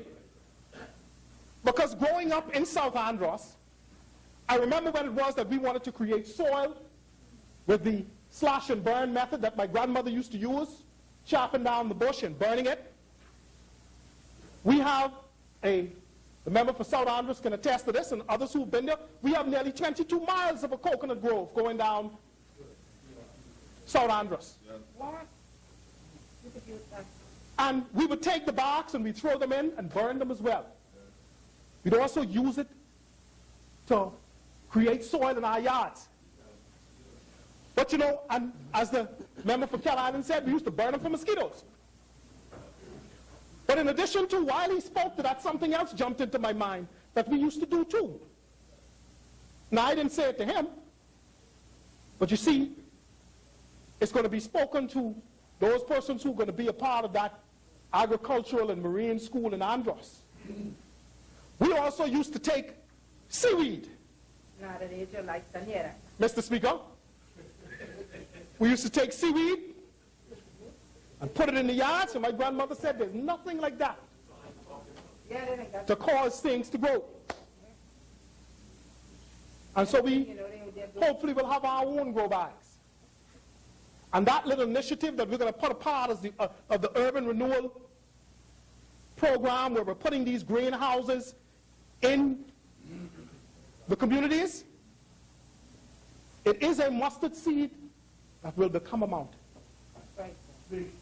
And 15% stab, as was said by the member for Central and South Elutra, has the potential of $150 million, 15%. And I believe, Mr. Speaker, it is only the tip of the iceberg. It is possible. It is possible. And it's going to happen. In addition to that, Mr. Speaker, I believe that there are vast resources in our waters that we can make monies from. The Food and Agricultural Organization of the UN said in 1994 in a study that from the tip of Puerto Rico up to the northern Bahamas, there's a $100 million industry of tuna. That's their studies. Most of the tuna go right through our EEZ, our economic zone. We never touch it. Some of them die out there. In the last administration, two enterprising behemoths approached the last administration and say, give us a license. They bought some boats, I understand, and was granted permission, and then all of a sudden the rug was pulled from under them. They were interested in doing open ocean tuna fish farming. Hopefully, Mr. Speaker, in our studies in this university, we'd be able to okay the desires of fishermen such as that. And so, Mr. Speaker, I see my time is going. I promise only to speak for 30 minutes. But, Mr. Speaker, and truth be told, I could speak for another 30. Speak, boy. Don't mind that. But I want to end on this whole issue of energy, Mr. Speaker, because we have an opportunity there. We know what the solution is. terms of our energy situation in BEC. The member for Tall Pines spoke to it. He said that the increase of the base load at Clifton with cheaper fuel is the way to go. We know that. The three cheap fuels now on the global market is HFO, heavy fuel oil, LNG, and LPG, liquefied natural gas. Leslie says Leslie's natural gas.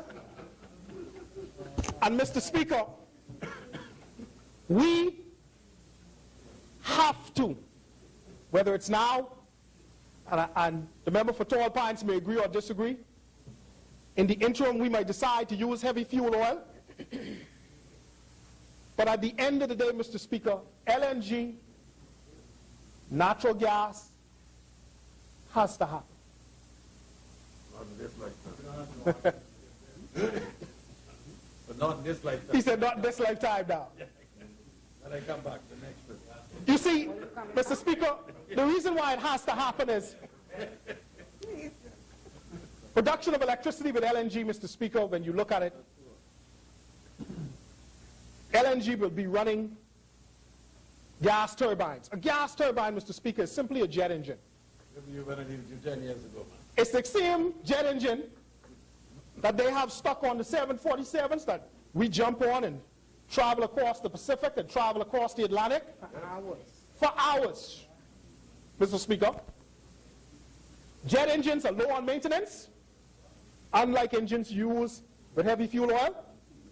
And ship engines and the cruise ships. The cruise ships are now moving away from heavy fuel oil and diesel to LNG. And what LNG has for us, Mr. Speaker, is the opportunity to enter what engineers and scientists call the hydrogen economy. Because all of us agree in the engineering profession that hydrogen fuel cells is where we are going to go eventually. And what you do with LNG, you take methanol and add to it, you have the production of energy, chemical reaction. Byproduct of it is water. As long as you have LNG and methane, you have electricity and water. It's called the hydrogen economy. We need to send them to Ocean Key.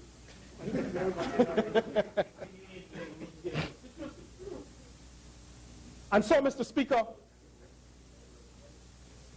putting in gas turbines, jet engines, eventually, using LNG, the gas turbine running, it's just a dynamo, it's producing electricity. Well, that production, Mr. Speaker, generates heat. And heat is waste engine. Heat is wasted energy. And so what we do is, engineer says, well, with that wasted energy, we could do something else. We call it combined cycle. What you do is, you now take a steam engine and add to it. So now you have the LNG jet engine working and producing electricity. The heat from the engine now heating up water, and you've now created a steam engine, and now the steam engine itself is producing electricity. Two bang for the $1. And water. Combined cycle. And as the good member for Tall Pines has said, you're producing water. The Right Honorable Member for Centerville said that we intend to reduce the cost of electricity. Let's do it. And having been named chairman of that National Energy Task Force, I want to be able to make sure that his promise to the Bahamian people happens. Keep talking, LNG, you ain't be there long. I got to keep talking. Got to keep talking. Because it has to happen.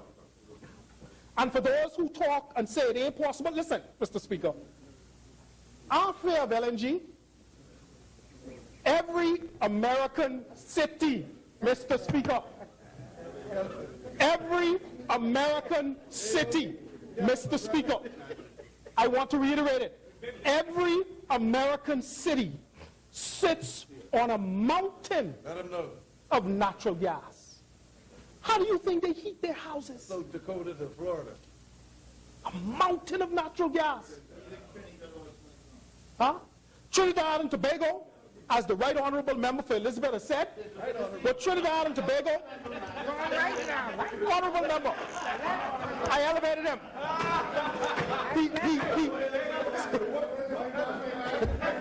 I'm looking. You're looking at the Prime Minister. I'm looking at the Prime Minister.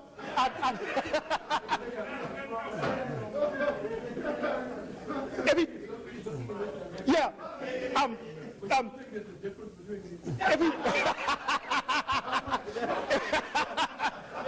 Thank you. Thank you, Member for Elizabeth. You're blushing. Yeah. But Mr. Speaker, I'll admonish him not to smile too much because I don't want him to be proved other fish that may be have to fry by the Honorable Member for Cat Island. But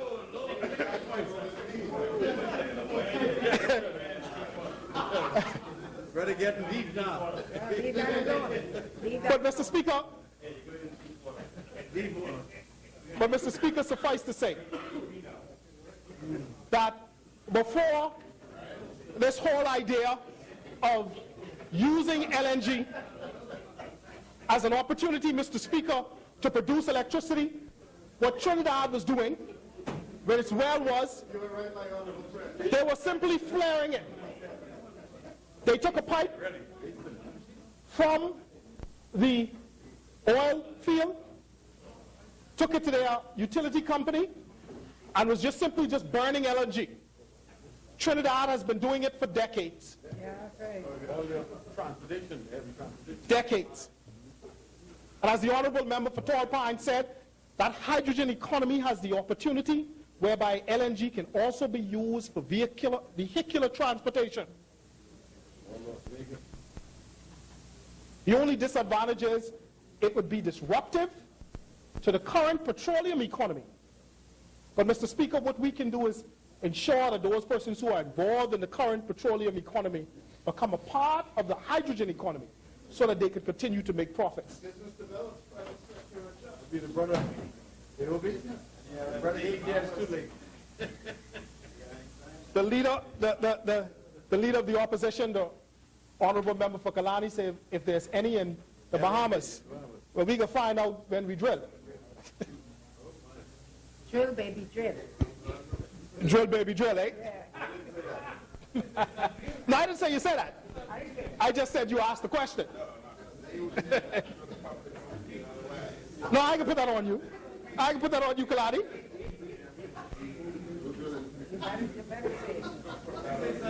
But Mr. Speaker, Drill, baby, drill.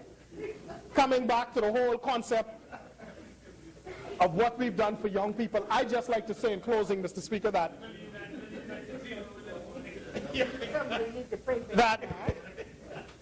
I'd like to say to the young people of the nation again.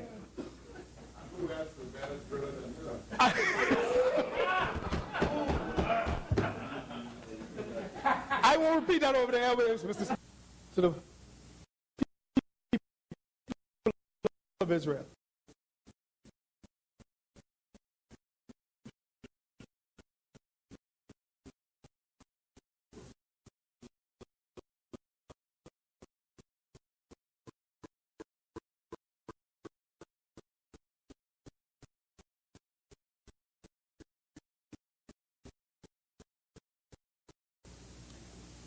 In Isaiah, he said, it's for all of us. It's for all of us. And so I'm saying it to the young people of this nation. That if you are willing, good Lord said, if you are willing and obedient, you shall eat the fat of the land. This budget.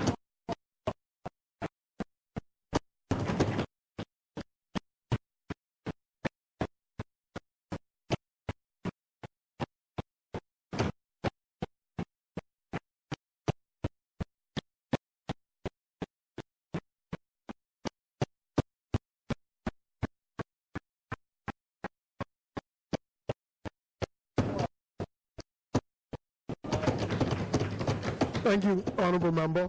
As many?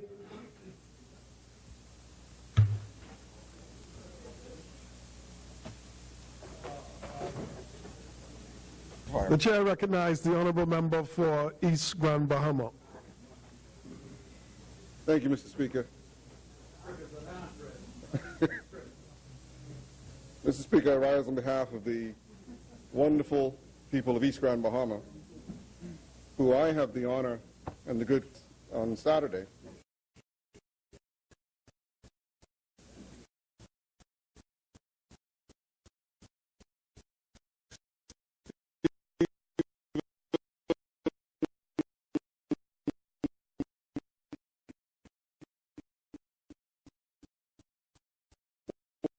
was a true asset to his community as an insurance adjuster, a philanthropist, a sportsman, a church leader,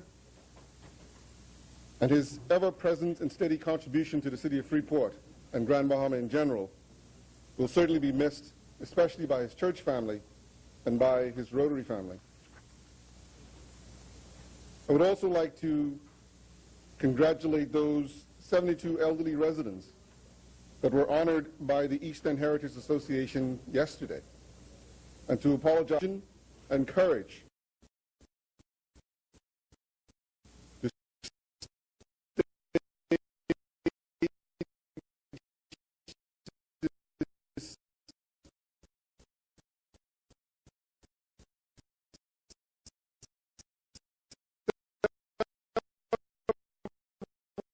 month-long program to recognize our precious pearls. For it is in knowing the history and the understanding the experiences and struggles of our precious pearls that we can avoid some of the missteps going forward as we continue to develop this beautiful country. I'd also like to congratulate, Mr. Speaker, the owner of the Bahamas Striping Company. I watched the news yesterday, I think it was yesterday or the day before, and the minister, the member of Parliament for Elizabeth was there, and he spoke, congratulating him on the beginning of destruction of his headquarters. And a constituent, what I thought was very interesting about that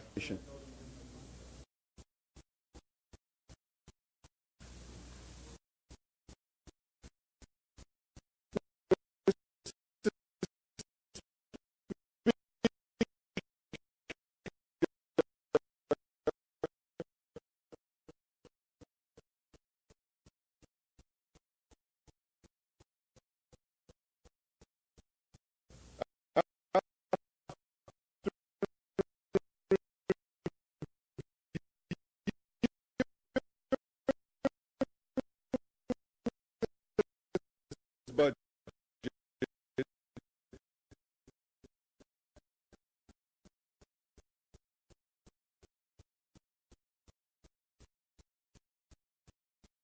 I've come to term it the PLP gives and the PLP taketh away. Because while this budget proposes to, I didn't go that far, because while this budget proposes to constrain the national debt, it foreshadows another $465 million borrowing in additional loans to sustain the recurrent expenditures. And it also foreshadows $56 million for various capital works. Quite frankly, not to be a naysayer, but I already foresee the need for additional borrowing in the next mid-year statement. Structurally, not much has changed in terms of the operation of the government or the presentations in this budget than the last. And so I don't think that much of what is being contemplated and that has been talked about is going to affect 2013-2014 creation. We would have seen a comprehensive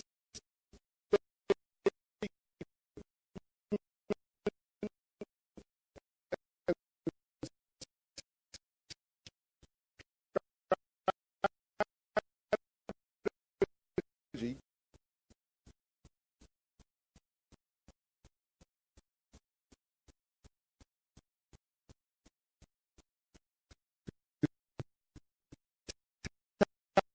tackle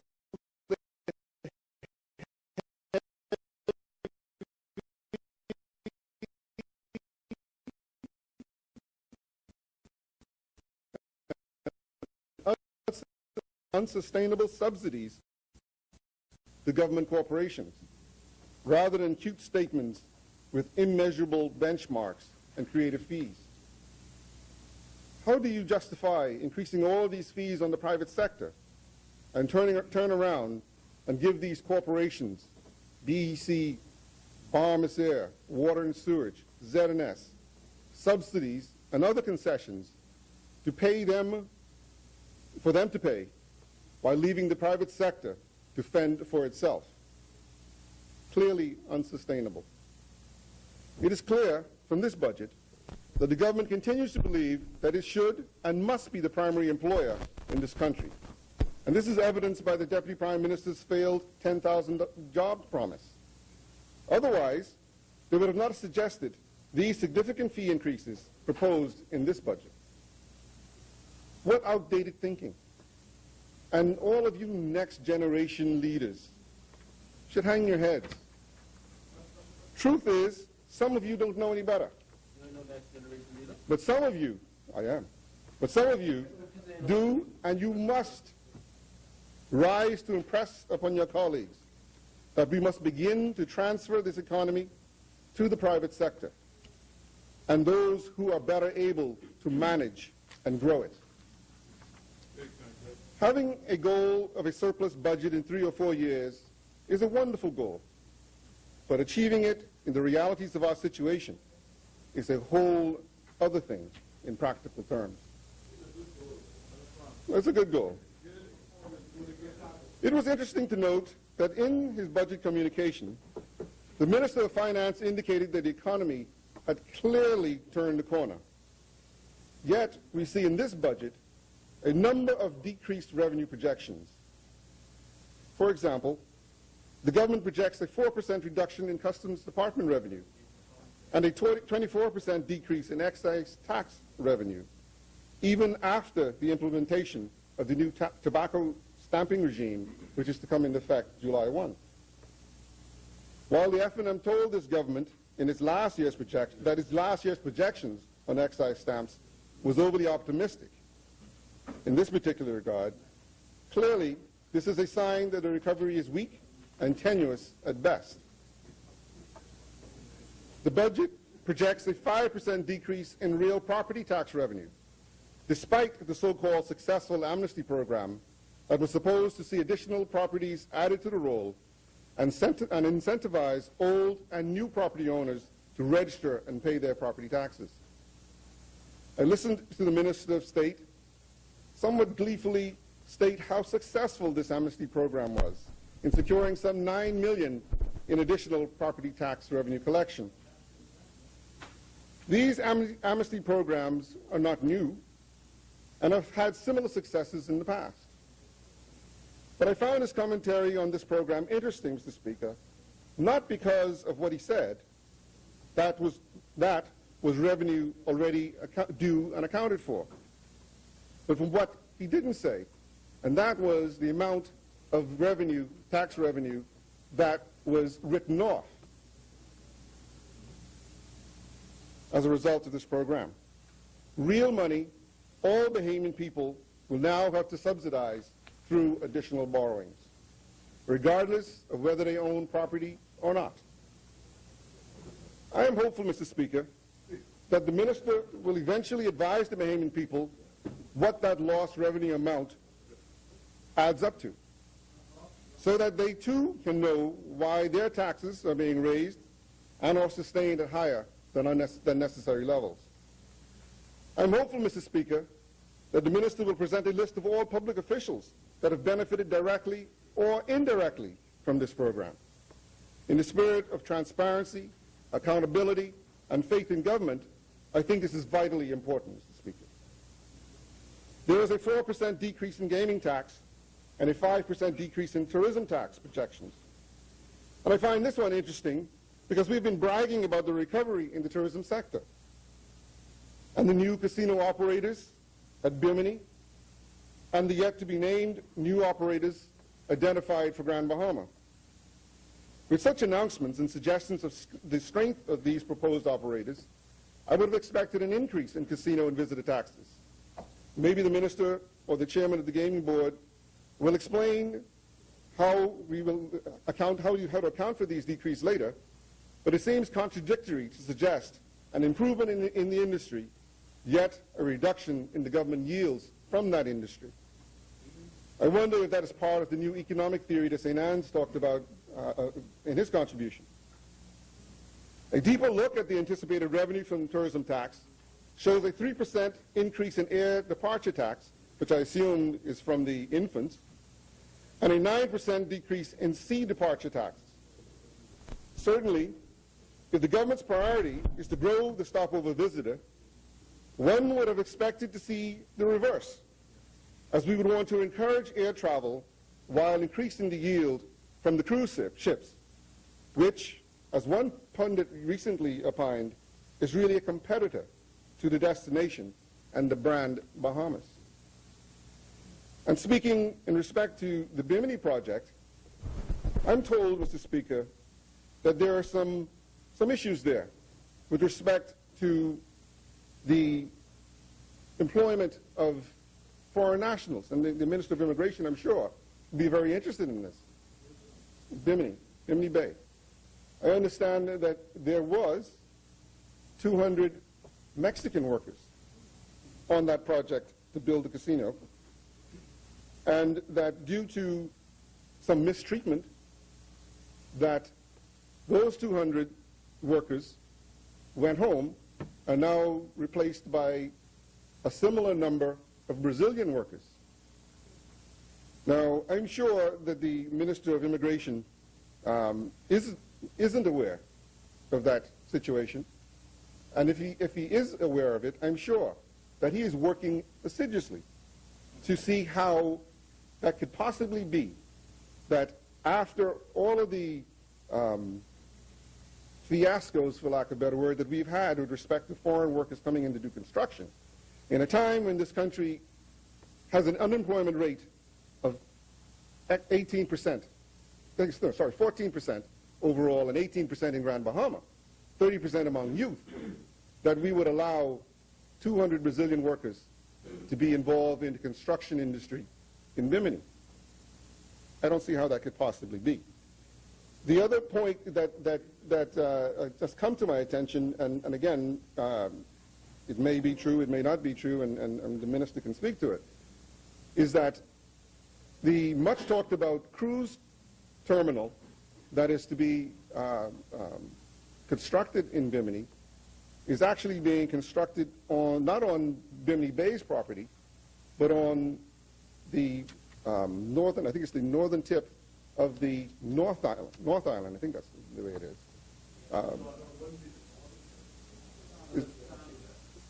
At any rate, as I understand it, it is on the tip of the island where the Bahamians live. And that, it's North Bimini. I'm not, it doesn't matter. It doesn't matter. The point is that I understand that the pier is being constructed in a pristine part of the island, and in apparently somewhere where swordfish go to spawn, and where there's stingrays. And it is if that is it is in fact the case, Mr. Speaker. A member stands on the point of order. The chair recognizes the right honourable member for Centerville.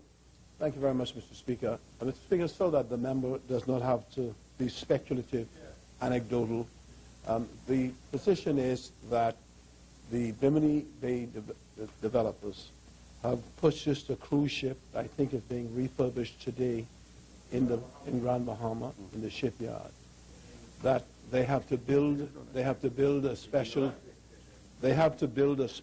pier that was being built just outside of the properties of the developer, and that is not near the tip of the North Bimini. With respect to the tip of North Bimini, or with respect to what is being done, they have a team of environmental engineers retained, that a major impact study is being done, that could be tabled in this Parliament just to be a part of accounting for what is taking place. There is no difficulty about all of that. But the assessments are being done now, the environmental impact assessments are being done. And I just could say with respect to the area you're talking about, the advice I received last week is that is the most ideal area to put a cruise ship terminal in Bimini, right? It would stop the movement of sand going through that has to be dredged all of the time. And so the area that you're talking about, the very tip of it, is privately owned land next to a graveyard in Bimini. And that has been projected to be for a future berth for cruise ships coming in. But with respect to the present time, what's going to happen between now and July is that a ferry station will be built where a cruise ship would come in and disembark passengers that will come onto northern Bimini and then go to the site or go elsewhere on Bimini.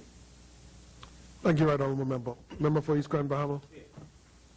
You may continue. You've been to Bimini before? Thank you, Mr. Speaker. And I thank the Honourable Prime Minister, Right Honourable Prime Minister, for the explanation. And one of the things that he said that I thought was kind of interesting, he said that the impact assessment is being done. That's interesting, in that we've already seemed to have put the cart before the horse in respect to this. I am aware, based upon the information that was passed to me, that they are doing the testing. As a matter of fact, I think one of the rigs or something actually sunk the other day, and this is the first time that the residents knew what they were doing out there. And so it's interesting, but I leave it at that. I mean, I raised the issue, and I'm sure between the Prime Minister and the Minister and Member of Parliament for West End and Bimini, I'm sure they are aware of these issues and have taken in the necessary precautions and considerations. A member stands on the point of order. Member yields. The chair recognizes the honourable member for Southern Shores. Yeah, the member made a statement regarding, I think he was suggesting that we put the cart before the horse because there are certain works being undertaken now. As a part of the environmental review, we requested the developer to conduct certain geotechnical analysis as a part of the submission of their environmental impact works. So what he sees now is a part of the science to help us to understand what impacts will result to the environment as a result of the possible construction of the pier that the Right Honourable Member spoke to. Thank you, honourable member. Again, Member for East Grand Bahama. Again, I thank the Minister for the clarification. The point, though, is that we have heard about this pier for quite a while. And so the fact that they're getting around to doing the assessment, fine. I have no difficulty with that. Accept that. Mr. Speaker, stamp tax are down by 4%. And the significant thing to note here is that stamp taxes on mortgages is expected to decline by 50%, leaving one to wonder, how does that add up to economic recovery? Clearly, the government is signaling a continued slow recovery in the mortgage lending sector, and considering the new obligations and fees being imposed on that sector, with good reason. Company fees are down by 17%, and of particular note is the 16% of that decrease relates to IBC fees, a steadily declining business that many small to medium-sized financial services providers, accounting firms, and legal firms depend on as bread and butter business. Hopefully the Minister for Trade and Investments, Minister for Financial Services, will have more to say about that later in his presentation and his plans for the recovery of the industry. In terms of new fees and adjustments to fees, the government proposes to increase the fees on the banking industry in the aggregate by 275%. 275%, which I believe includes the new taxes on the remittance of profits to foreign shareholders, a first for the Bahamas, as we've never had restrictions on the repatriation of profits previously. Member stands on the point of order. Member yields. The chair recognizes the honourable member for Golden Isles. I think the member is referring to the imposition of the 5% stamp tax on the conversion. Currently, Mr. Speaker, there is a stamp tax of 1.5% on the conversion for remittances. So it is not an introduction of a new fee, Mr. Speaker. It is being raised from 1.5% to 5%. On remittances over $500,000 per annum. So funds that are earned here in the Bahamas that are being converted to foreign currency to be taken out of the country, the over $500,000, the fee will go from 1.5% to 5%, not a new fee. So you're saying, member, you're And there's no debunking the... restriction, and the member used the term restriction, Mr. Speaker. There's no restriction. Thank you, honourable member. Member for East Grand Mr. Bahama. Speaker, I stand corrected. And I take the word restriction, I should have used penalize. And to the extent that the fee existed at 1.5% before, again, I stand corrected. However, the increase is obviously significant, and it is meant to be punitive, in my view. It's going to be interesting, Mr. Speaker, to see the interpretation of that increased fee and what effect that will have on foreign direct investment to the country.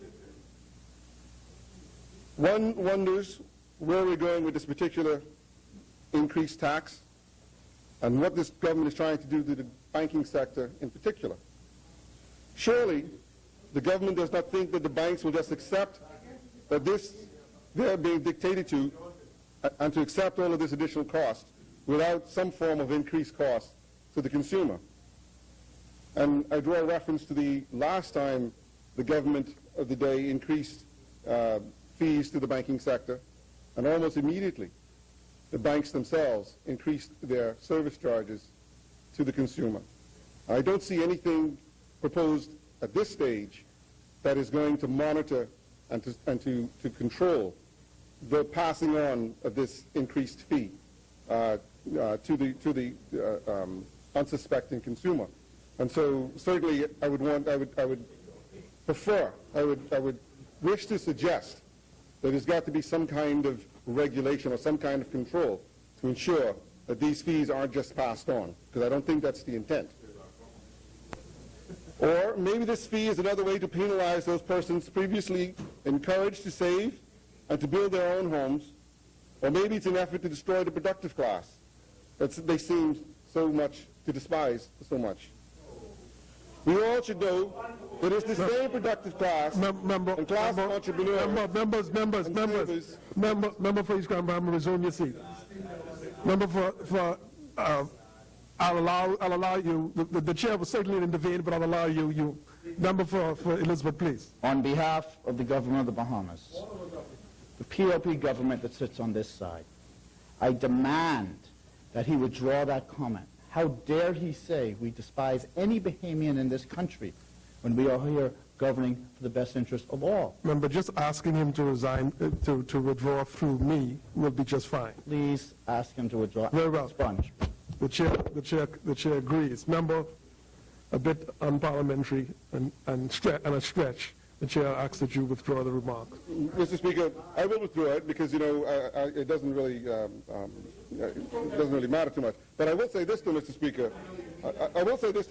That it is interesting that I can say that they have some ill will towards the productive class. However, members from that side can repeatedly say that I am elitist and that I don't care for the poor. And nobody ever asked them to withdraw those statements. So it's a bit of a contradiction, but it doesn't matter. It doesn't matter. Okay.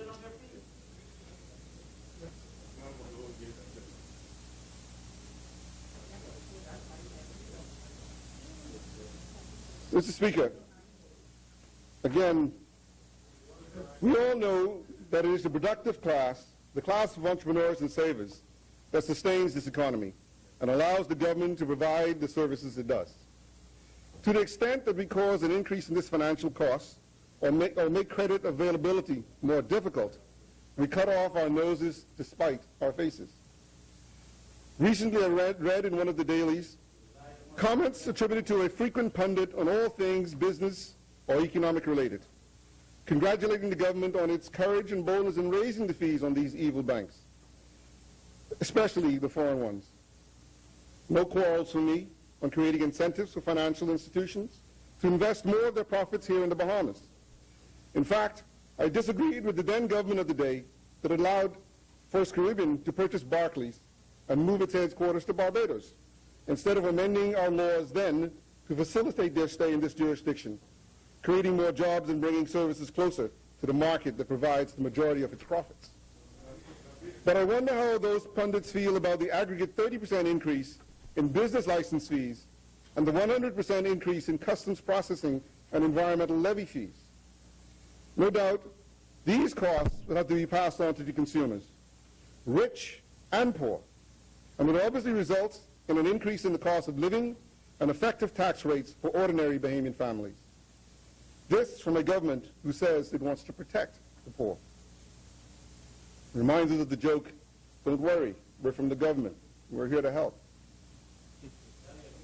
Another item of note, with this side of this, with those, another item of note to me, Mr. Speaker, is the government estimates dividends from its shares in BTC of $11.5 million, an increase of 129% over the last year's estimates, and just 20% down from the high over the last 3 years presented in the budget. I found that interesting because we had heard so much about the sale of BTC and how the government lost revenue.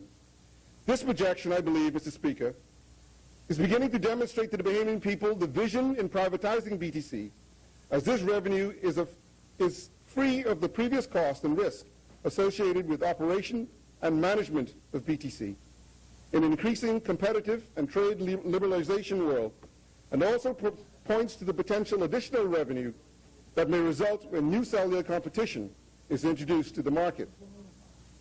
Imagine, Mr. Speaker, if the government had followed through on the previous administration's plan to sell an additional percentage of shares to the Bahamian public, not only to reduce some of the borrowing, but also to allow the Bahamian people to experience the increase in share values and dividend income instead of the government continuing to hog all of the productive investments in the country. With all of the tax revenue reductions and fee increases, the government still says the Bahamian economy has turned the corner. Must be some sort of new math, or maybe, as St. Anne says, Christonomics. The kind of economic theory that says you can overtax business and the productive sector and hope they will continue to expand and provide employment. Mr. Speaker, the truth is the economy is showing signs of recovery. Members. But these projections tell us that the recovery remains weak and slow. I share the view of noted bankers Gregory Bethel, Ken Kerr, Anthony Ferguson, and others, who've all stated in some form that any significant recovery will not likely come until the third or fourth quarter of 2014, after this upcoming budget cycle, and that the goal of a surplus budget is yet a dream, without significant restriction of our administrative practices. As a country, we must therefore remain cautious in our spending plan. Mr. Speaker, despite all of the criticisms heaped on the F&M during the 2012-2013 budget debate, this administration proposes to borrow yet another $521 million in this upcoming fiscal year that cannot be blamed on the F&M, amounting to over $1.1 billion over the 2-year period. Upon his return from his recent trip to Trinidad, when he met with the Chinese premier, the Prime Minister proudly proclaimed that he secured, proclaimed that he secured an additional $8 million grant from the Chinese government and access to additional loans at preferential rates. He proudly proclaimed that the grant would allow the government to fast-track some of its objectives and that the loans may result in increased employment opportunities. Oh, blow me down. Isn't this the same party that heavily criticized the F&M over the same Chinese loans being accessed for the airport gateway project? Is this the same PLP that said we have a heavy debt burden and that we must reduce our borrowing, not increase it, no matter how attractive the rates? And we talk about hypocrites, Mr. Speaker. Mr. Speaker, the right honourable member stands on a point of order. The member yields. The chair recognizes the right honourable member for Centerville. Thank you very much, Mr. Speaker. Just for the point of clarification as well, Mr. Speaker, the member should not sort of go on a course that misrepresents in effect what the opposition said and did. The opposition was very critical of the loan, not because it was building a highway, but because the loan was predicated on 100% Chinese labor. As a result of our severe criticism, the government then caused the Chinese contractors to subcontract to a Bahamian road building company, Knowles, and that is why it happened. That is why it happened. And just let me just say this. That is why it happened. Right? They subcontracted the roadworks to Bahamian contractors, and even the landscape contractor is being done by D&T, a Bahamian firm. When we criticized it, that was not the position. Finally, when I met with the president of China, I indicated to him that my government would not access loans where the condition was Chinese labor having to be substantive. And he said he will use his office really, to ensure that if we access the loan, that those conditions would not pertain, except for the fact that they might want to have some of their, what he called scientists, meaning the people who are the engineers present on the scene to account for the money. So there's no question that we have progressed. Thank you, right honourable member. Member for East Grand Bahama. Mr. Speaker, I'll leave that for others to debate. I said what I had to say, I guess. Mr. Speaker, on the expenditure side, I know the government intends to reduce the Department of Public Service by 4%. I commend the government on this effort, and I'm sure that there are further savings that can be accrued to the government with additional scrutiny. Members. However, I also note the significant increase in rental accommodations for the public service of some 23%. Interestingly, the rental payments to NIB, the People's Retirement Investment Fund, has decreased by $4.5 million, and the rentals payable to the private sector entities has increased by $10.7 million, inclusive of an additional increase of $274,000 in Freeport, Grand Bahama, where we know there is additional space in the NIB building and in the government complex. And I did check this time. With the addition of the new C.A. Smith building, I would have expected the Freeport rentals to the private sector to be going down, and possibly maintenance going up. But we see the opposite, and we wonder why.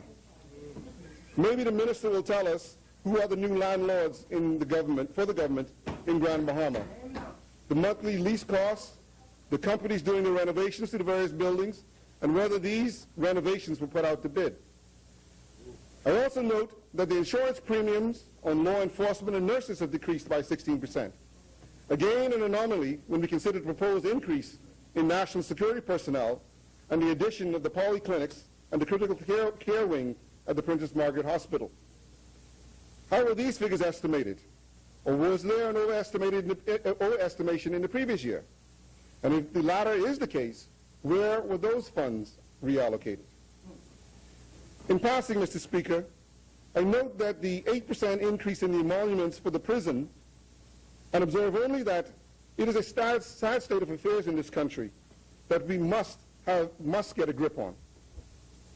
In light of current circumstances, however, Mr. Speaker, I do not see any provision being made to improve the conditions at the prison in this country to a level befitting our status and standards as a first world or aspiring first world country. Viewing pictures recently on a social media site of conditions at Fox Hill Prison, there is no wonder we graduate soft criminals to hardened monsters. How can they not become detached and desensitized? They have to, in order to survive physically and mentally. Mr. Speaker, I'm certainly not one considered soft on crime. But I believe in human dignity. And if we do not have the guts to carry out capital punishment as written, or preferably amended to a less barbaric form, then we must provide basic shelter, health, and safety programs for these offenders. I'm not looking for luxury, but decency and respect for human condition and human life, regardless of their offense. In fact, I would encourage the government to again consider the segregation and relocation of the minimum and medium security prison from the maximum security sections, in order to give these lesser offenders a chance to reform without the harsh exposure to individuals who really have no interest in life. A new prison in Andros or in Grand Bahama makes sense from a rehabilitation standpoint as well as a development standpoint. Mr. Speaker, I note the decrease in the lands and survey campaign of $400,000.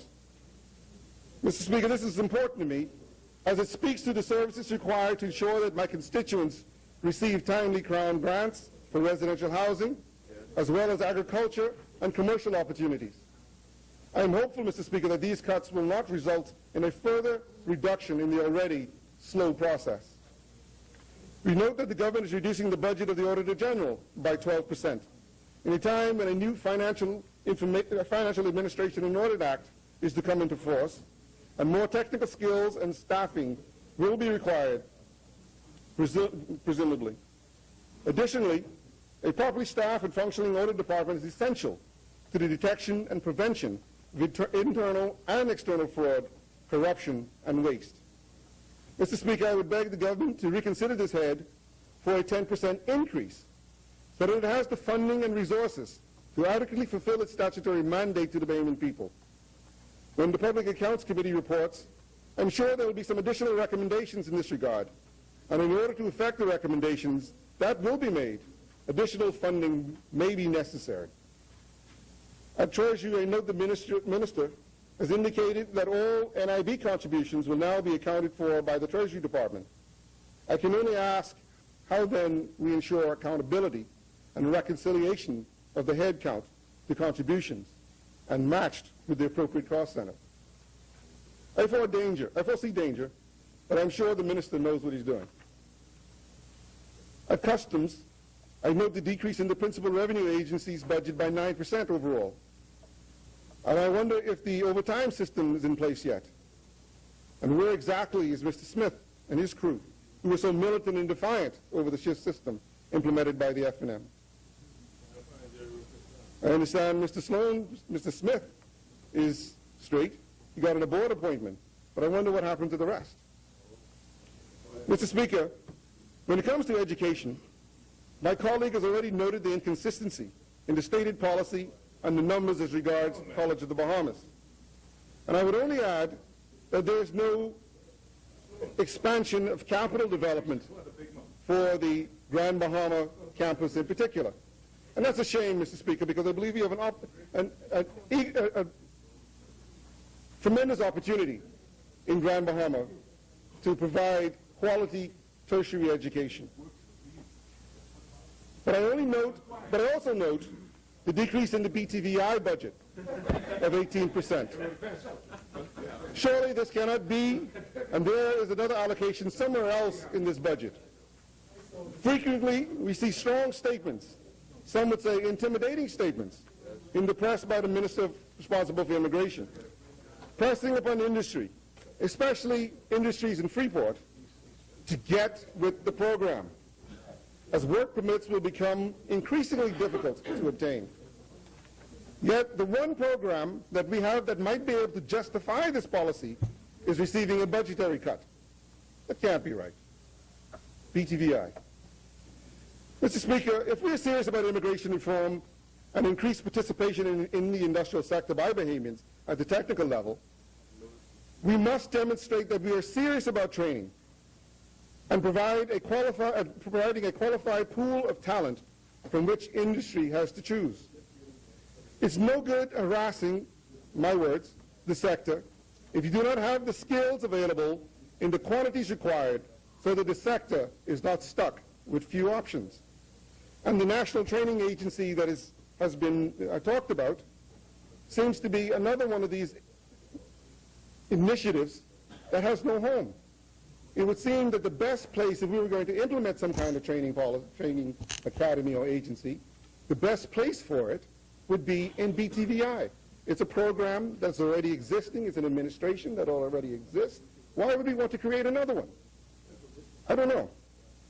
If we are serious about charting a direction, particularly for Grand Bahama, we ought to be reforming our secondary education system to feed this intention.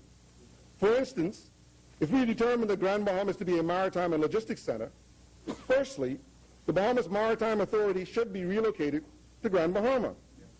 Companies like Campbell Shipping, TK, and others should be encouraged and incentivized to relocate to Grand Bahama and set up their training facilities there.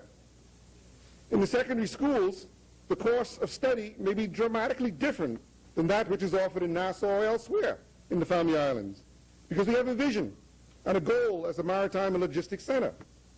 Charter schools focusing on academics are necessary to ensure that those students who have the academic ability and the intent to go off for further training, further university training, have that opportunity.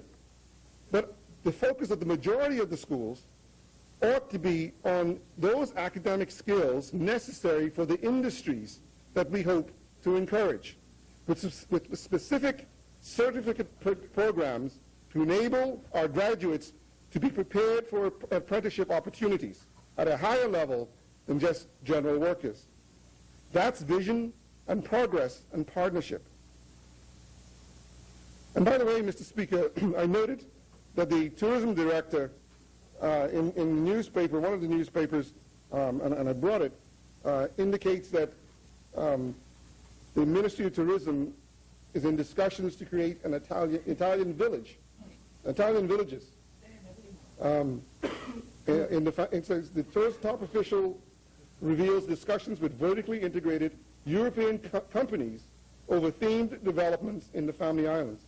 Now, Mr. Speaker, what is interesting to me about that is, why would we want to create Italian villages in the Bahamas? Secondly, and again, I'm sure the Minister of Immigration would be interested, who's going to staff these Italian villages? How does that work? I mean, it doesn't seem to make a lot of sense to me. The member attracts a point of order by the right honourable member for Centerville. Mr. Speaker, this debate has occurred in the country over and over. When so personal of Atlantis fame brought the Inca, the imagery of the Inca civilization to Paradise Island. That's a theme. It was a theme, right? Club Med is a French theme, right? Well, Club Med has a collection of French workers there as well as workers from all over by agreement of the country. So an Italian grouping who says they want to put an Italian theme.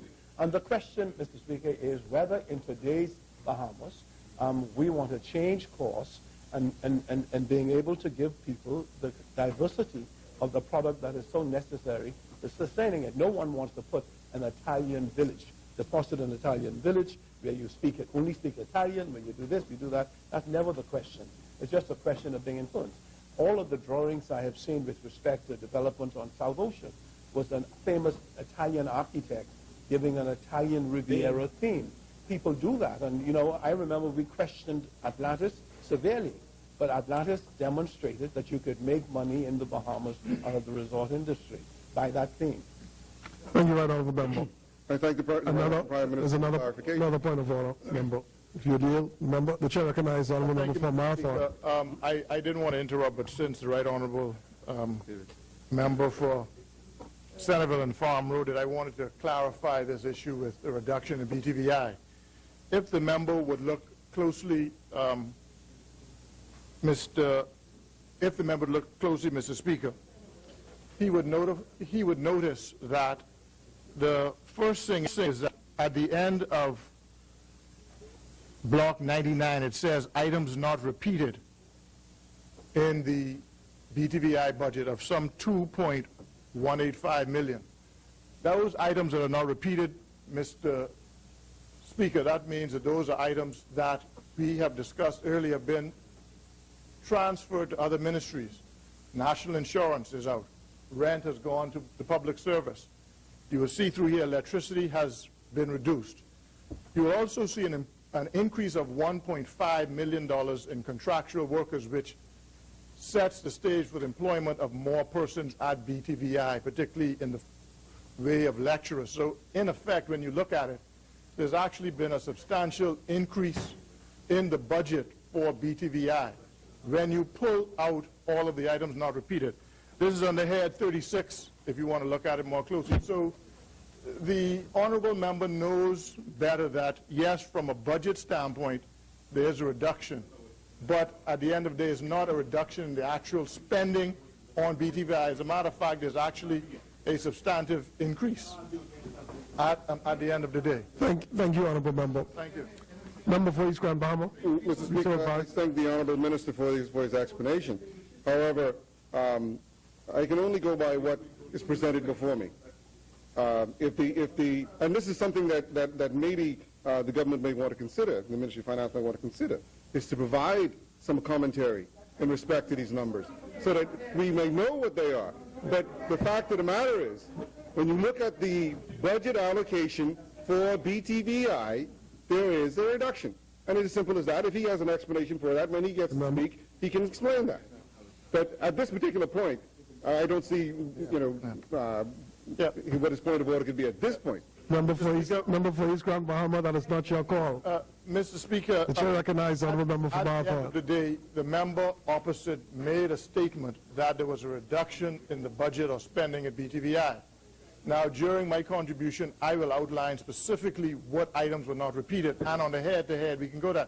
But the point I'm making is that throughout this debate, starting with the member for Golden Isles, we made the point that in this cleanup exercise of this budget, the cleanup of it, where there were headings and monies allocated in certain heads, which we determined will be moved to other ministries and to other heads. So when you see items not repeated, that means for the most case, they are being transferred into another ministry. So the point is, yes, $2.7 million was taken out of BTVI and is paid from somewhere else. That's all it means. But at the end of the day, you will see that where there is the heading for employment, there's an increase of $1.5 something million in that area. And that's the point. So at the end of the day, there's an increase in spending at BTVI. I can assure the member of that. And when I speak, I will outline it more definitively. Thank you, honorable member. Member for East Grand Bahama, you may continue. Mr. Speaker, I just want to read something. Rule 35(1). A member who rises on a point of order shall, when invited by the Speaker or Chairman to do so, state the infringement of these rules on which this point of order is based, and then resume his seat. Not at all. Mr. Speaker. Member from East Grand Bahama, resume your seat. Member for Central Grand Bahama, you have the floor. Thank you, Mr. Speaker. Mr. Speaker, with the greatest respect, we do not have the notes of the various ministers, nor do we know what is in their heads. We can only go with what is presented.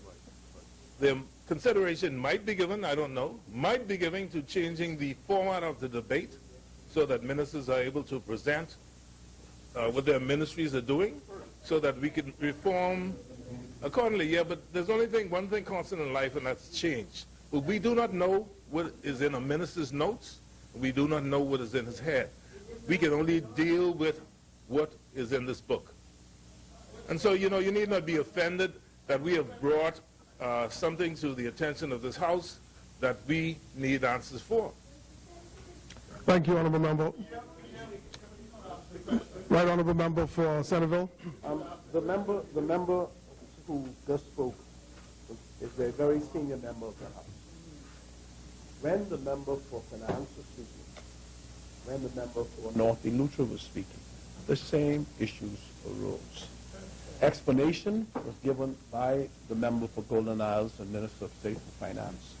It is expected when a matter is raised and answered that a succeeding speaker, unless he disagrees with what has been said, and then he would quote his disagreement and cite his disagreement, would be able to accept that you're raising the same question and which will attract the same answer. So it's not a question of what is in the book or what is in our head. It's a question that what has been put as a record of the House. And that has been put on the record. And so the member, before he spoke, would have known, would have heard his colleagues, and would have heard his colleagues make a point and heard them respond to it, especially about BDVI.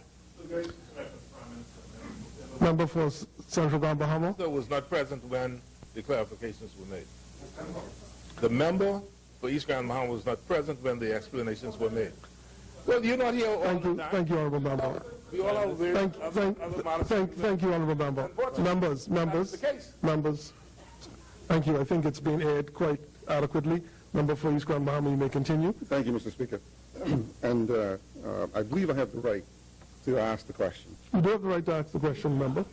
Mr. Speaker, the government indicates that it will establish a special school for agriculture in Andros. We've been there before as a country, Mr. Speaker. Bartard and Hatchet Bay and all the rest of them. And when are we going to get it that agriculture of the past cannot work? I heard some interesting things from the member for Bamboo Town. Interesting. And it'll be interesting to see how that can possibly work. He and I have a bit of differences on that too. I have some differences. And my differences are not necessarily in respect to the desire for agriculture to succeed. The question is, can we make it succeed in our current environment? Can we make it commercially feasible, viable? And this is a different operating theater we're in today. This is yeah. So we got to invest $4 million to do that. Right? Mr. Speaker, the government has its plans, and that's fine. They obviously know what they're doing. But it would be good if they would outline to the rest of us how are we going to sustain this program, what happens after the farmers graduate, what incentives are going to be put in place for them to make this not a flash-in-the-pan kind of thing, right? What regulations are going to be put in place to protect these farmers? Because again, the member for Elizabeth will tell you that trade rules are changing, and there's going to be less protection offered to all of these kinds of industries, Mr. Speaker. So again, for my part, I would just like to suggest that if we're going to go headlong into this agriculture thing, then we must recognize that it's not just about the growing. It's got to be about the finished product. It's got to be about processing this agricultural product into the higher value added products. And so where you take onions and you make not just provide onions, but you provide onion chips, you provide onion soup, you provide all of the other kinds of value-added products that will make agriculture worthwhile because you can get a higher yield on the processed product as opposed to the actual crop. And it's the only way, in my mind, that it's going to be able to work, Mr. Speaker. Mr. Speaker, my colleague from St. Anne's has already asked about the 38% decrease in the mail boat service. If this is the subsidies paid for these vital service providers, from the islanders, beware. Your cost of freight is going up, and services will be affected. There's no magic formula. The cost of fuel will dictate service and fees, and if the government is not subsidizing it, you, the consumer, will pay. Speaking directly to Grand Bahamas concerns, I'm once again disappointed to see the lack of progress in the Ministry for Grand Bahama, which has had any number of PR exercises to prop it up and make it appear relevant. I note, however, that nothing has changed in respect to the budget, and there continues to be a lack of vision or respect for the ministry and what it can be if properly staffed and funded. As regards personal emoluments, Mr. Speaker, I note that a number of identified posts this year. What I do not see, however, is the position of protocol officer. And after the kerfuffle last year on the subject, I just wondered where I might find that item. I would also be interested if the minister would be kind enough to provide this House with a list of all of the employees engaged by his ministry, as well as contractual workers, which together show an increase over the prior year of $773,000. Given the paltry sum of $75,000 allocated to marketing and promotion of investments in Grand Bahama, against this increase in salaries at the ministry, one has to ask, are they serious? $75,000 to do what? I am presently involved in the initial planning of a trade mission from Houston, Texas later this year. And if the ministry is minded to participate, this will take a significant chunk of that, if he's minded. I also note, Mr. Speaker, that $400,000 has been allocated toward contracts for the relocation of Pindus Point and Lewis Yard. And I note the minister's comments with respect to that. And my only comment in addition to that would be, I attended Hawksbill High School in Hawksbill, Grand Bahama, just a couple of miles down the road. And I remember clearly the days school having to be released early because of the foul odor that was coming from the industrial sector. People getting sick, eyes burning, kids throwing up. I remember very clearly. And we seem to have gone through and want to herald this move of the children of that community from Lewis Yard Primary to maybe a mile down the road to the former St. Vincent de Paul School, which is closer than Hawksbill to the industrial sector. And I just question the science in that and how that makes sense. Not to mention the 8 hours versus the 18 hours, or 16 hours. 6 hours versus 18 hours. But it just seems to me something is a little wrong with the science there, unless some things have changed, and maybe they have. I don't know. I can tell you my experience. And I worry all the time what kind of cancer I'm going to get, knock wood, as a result of my exposure to that circumstance. Member stands on a point of order. The chair recognizes Honorable Member for Pine Ridge. Some of the information the member for East Grand Bahamas indicated is a bit incorrect. First of all, he's indicated that the Lewis Yard Primary School, which is now located at St. Vincent de Paul, is closer than the Hawksbill High School. That is not correct. It is a much further distance away, and when we assess the wind patterns and the flow of the movement of air patterns from the industrial sector, the area of Mactown and where St. Vincent de Paul School is very seldom affected.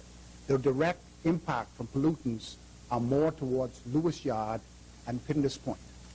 As a physician who has practiced in Grand Bahama for the last 18 years, I am quite familiar with the potentials of atmospheric nuisance and pollutants that have possibly been a contributing factor to the health and well-being of the residents of Pindus Point and Lewis Yard. Years ago, studies have been conducted on the island of Grand Bahama of the possible, as actually epidemiological studies, of the possible exposure to some of these pollutants, airborne, as well as the possibility of toxins, as well as trace elements that may be associated in groundwater. I want to let you know that moving the children from an environment with possible exposure half of the day has a contributing beneficial effect to their exposure, and subsequently our studies, as indicated in line 74, for the monies that are allocated for the independent environmental impact studies on human life and pollutants will definitely guide the Ministry of Grand Bahama on the way forward as we build our case of the possibility of exposure and how it impacts human life. For many years, there's been a lot of talk. Yes, it's a point of order. Members. For years, we have been talking without facts. We are about to find the facts, and once we find the facts, then this government will move to do the necessary right things. I'd just like to tell this House that Rule 40, verse number 27 allows for the member to intervene on a point of order in this vein. Member for East Grand Bahama, you may continue. Mr. Speaker, I thank the Minister for his explanation, and not being a scientist, I accept it. But again, apologize for what? Member address the chair. Mr. Speaker, I would like to sum up my contribution simply by outlining some of the concerns for my constituency that need government's attention. In Sweeting's Key, Mr. Speaker, we need the services of a tractor to recut the roads in the new subdivision and for lots to be allocated. We also need a grant of property on which to build a central bonefish lodge building. With this land in hand, we can begin the process of soliciting grant funding or loans for the construction of the building and acquisition of boats to be operated through a cooperative for the benefit of the community. It is anticipated that if we are able to make this a reality, Sweeting's Key can be made self-sufficient with day fishermen who would utilize their services through the resorts in Freeport and tour operators. It would also be beneficial to the several guest lodges in the Key offering overnight accommodations. Not all fishermen can afford the services of the exclusive Deepwater Key or North Riding Point, and we believe that we can be a niche market for guests staying over for a few days in Freeport or on the Key.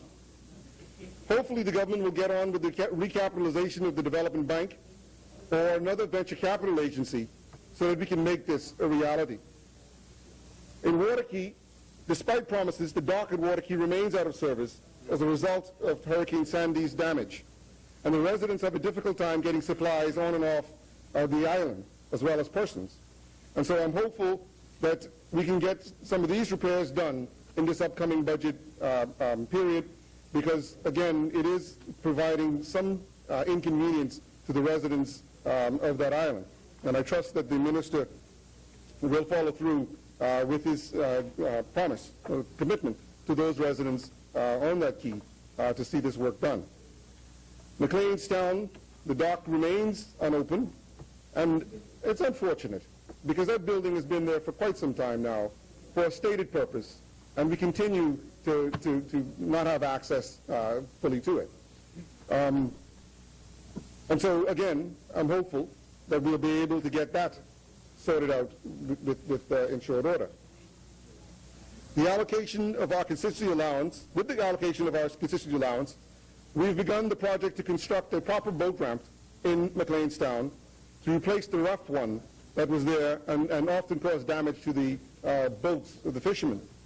We hope this project can be completed this week, weather permitting. We've also completed the clearing of the bush at the rear of the community park with the intention of eventually seeing this area used as a launch site for eco-tours and other adventure-friendly activities in the Harbor Creek by some of the entrepreneurial community residents. With the assistance of the local government and community resident volunteers, hopefully we will have the areas grassed over, trees planted, and a pavilion erected in the future to serve as a gathering spot and community center for the residents, community activity center for the residents. With respect to the creek itself, I'm told by senior residents that this creek is dying due to lack of adequate water flow, which was cut off during the logging years. As these dams are no longer required, I'm hopeful that the Ministry of Works will assist us in clearing the obstructions and restoring the proper flow, bringing marine life back to that area, enhancing the potential visitor experience it would provide. Likewise, there are several culverts under the road throughout the East End that are either clogged or need to be enlarged to alleviate the flooding that occurs during bad storms or heavy rains. I respectfully request the Ministry of Works to have a look and assess all of these drains with a view to having them cleared or replaced, saving homes and lives as a result. I'm informed that Mr. Basil Newmore was responsible for the installation of many of these drainage channels, and I'm sure that he will be happy to identify them and to help as necessary. Using our consistency allowance again, we have erected a bus stop at Rocky Creek for the children of that community, and we are grateful that the children not have to stand in the rain any longer as they wait for their bus rides to school. In Pelican Point, in addition to the drains, as previously mentioned, the causeway leading into the community from the east requires urgent attention, as the pavement is badly eroded and the causeway itself is being eroded. I respectfully request again that the Ministry of Works have a look at this causeway and the approaches to it from the east and the west for urgent remedial work, because if we wait, it will result in additional costs and possibly endanger the lives in the interim. Mr. Speaker, you would have heard me lament the need for portable water lines throughout the communities, beginning at Gambia Point straight to Gold Rock Creek. This is also a promise made by the government, and I trust that it will be a promise kept, as those people deserve our help in this regard. It has been too long that they've had to rely upon wells and electric pumps, which increases their electricity costs, and of course, if the power goes out, they have no water. We require a cemetery urgently in High Rock, as well as the sports facility. Land has been allocated for both, as we understand it, and we just need the relevant officials to partner with us to get these projects done. I'm also told that the nurses' residence at the clinic is vacant at present. As I've stated on a number of occasions in this place, we have a need for an overnight facility in High Rock, and I would like to encourage the minister to consider adapting this space for such a service. If we provide additional bed space at the RAM and allow patients to remain closer to their families. Mr. Speaker, the communities over the bridge and on the northern side of my constituency have repeatedly experienced losses due to flooding. We realize the error in the engineering designs of the subdivisions and in not recognizing the flood potential. But be that as it may, it's time to do all we can to help alleviate the potential risks. I thus call upon the government to partner and insist that the Grand Bahama Port Authority assume its role as provider of services in the port area to do a proper civil engineering study to determine the causes of the flooding and to develop and implement the best solutions to minimize the losses to residents. Surely those who have built homes in good faith, relying on the technical assessments and designs of the Grand Bahama Port Authority, should not be the only ones to suffer the cost of continued losses, no fault of their own. I was very pleased to hear the Minister of Grand Bahama refer to the seawalls and coastal protection needed in the community of Smiths Point. It is a sore point, and one, as he indicated, has been outstanding for a long time. We've had some very heroic residents who've tried to make makeshift barriers to slow the erosion. But those things are not permanent, and they're certainly not adequate. And so, again, I'm very happy to hear the minister say that in the upcoming budget year, a proper seawall will be built in the area, in the community of Smiths Point, to protect both business and private residential homes. It is absolutely necessary and way past time, Mr. Speaker. The one thing that I do note, though, however, is that nowhere in the budget do I see an allocation for such infrastructural work. And I assume and I hope that is included in one of those other nebulous line items that sort of is a catch-all to things that exist, that the government plans. But I hope that it's there. Similarly, Mr. Speaker, I don't see anything in the budget specifically speaking to the construction of the fire station. And that, again, maybe it's included in one of these catch-all lines. But I am hopeful that, as the minister has indicated and committed, that in the upcoming year we will see the construction or the reconstruction of a fire station in Grand Bahama. After all, being the second largest populated island, it is a shame that it's gone this long without some kind of home for our firemen and fire equipment. And speaking of the fire equipment, Mr. Speaker, I'm embarrassed to say that we've had in Grand Bahama one fire truck, Mr. Speaker. Now I understand there's supposed to be another fire truck coming, 2 more coming. But at present, we have one fire truck. And Mr. Speaker, if you see the fire truck, you would think that we got it from it was handed down from some department somewhere. It's incredible, Mr. Speaker, and we're risking people's lives with this. And so, Mr. Speaker, to the extent that 2 additional fire trucks, quite frankly, we need one in West End and we need one in East End. Because the distance between Freeport and those 2 settlements is significant. By the time a fire truck gets from Settlers Way in Grand Bahama to McLeanstown, I can assure you they will only be there to wash away the ashes. And so I think it's imperative that we provide some form of fire protection, mobile fire protection, for those communities. And so I would like to encourage the government to consider. Could be smaller fire trucks, but some kind of mobile fire vehicles for East and West Grand Bahama. Similarly, Mr. Speaker, I was pleased to hear the minister talk about the extension of the duty-free exemptions to East and West Grand Bahama. We're looking forward to that, Mr. Speaker. We're looking forward to that because it will help to stimulate development in East and West Grand Bahama. And so to the extent that he is pushing for that, those initiatives, certainly he has my support. And I look forward to partnering with him in respect to making that a reality in this upcoming business fiscal year. And I hope, Mr. Speaker, that when we do it, that it's not going to be one of these one-year deals. Hopefully, it's going to be enshrined for the same length and the same term as the extension that will be given to the Grand Bahama Port Authority. Because it is only if we make it have similar terms, that we can benefit from the competitive advantage that we will have in those 2 settlements, those settlements. Mr. Speaker. Finally, Mr. Speaker, while we have a number of community parks throughout my constituency, we are a sprawling community and a growing population towards the east. With this comes the need for additional infrastructure and services. In this regard, I call upon the Grand Bahama Development Company to make available additional land for recreational space. As a community, we will be happy to assist in identifying locations and doing what we can as a community to get the civil works done. I will also call upon Cable Bahamas to complete its infrastructure work throughout Grand Bahama, and particularly in my constituency.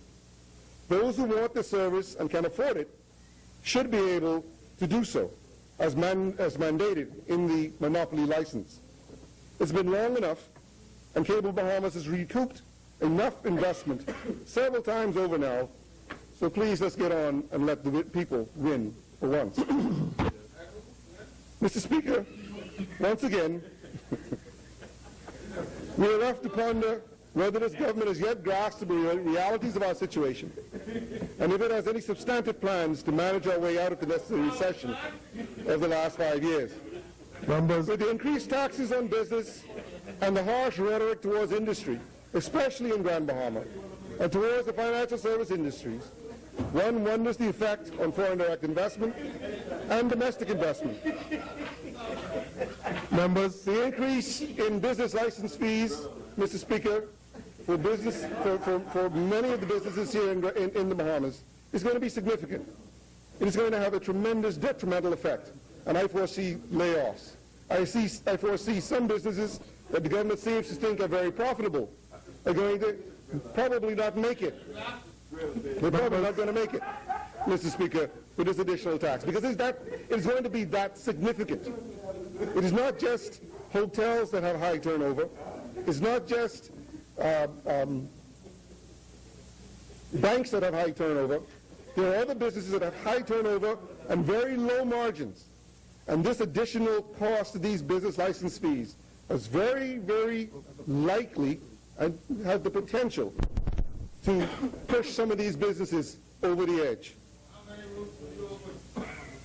Fiscal prudence and sound management practices should govern the way forward, not cute plans to repeat the same old mistakes of the past, such as BEC reconnections and rate reductions. We bold new plans to innovate in areas of energy, education, financial services, and industry. Focus on long-term plans and design your spending and investments to achieve them. Thank you, Mr. Speaker.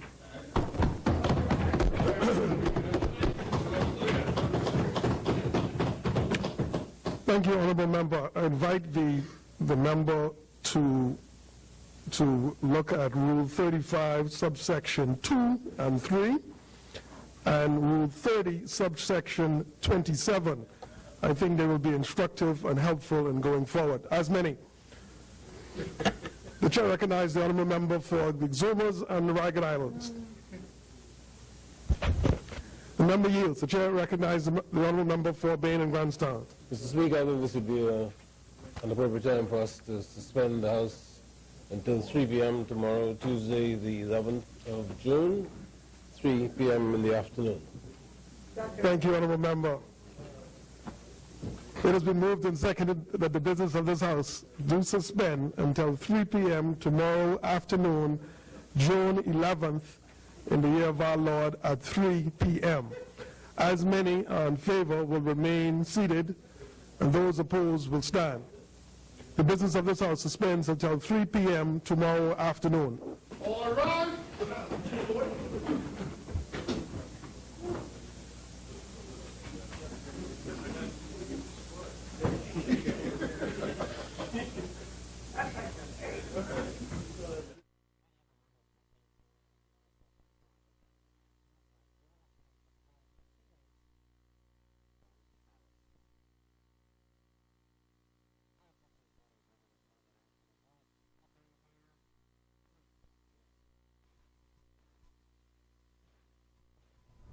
Well, that ends the day's session. We will return, of course, at 3 o'clock tomorrow afternoon.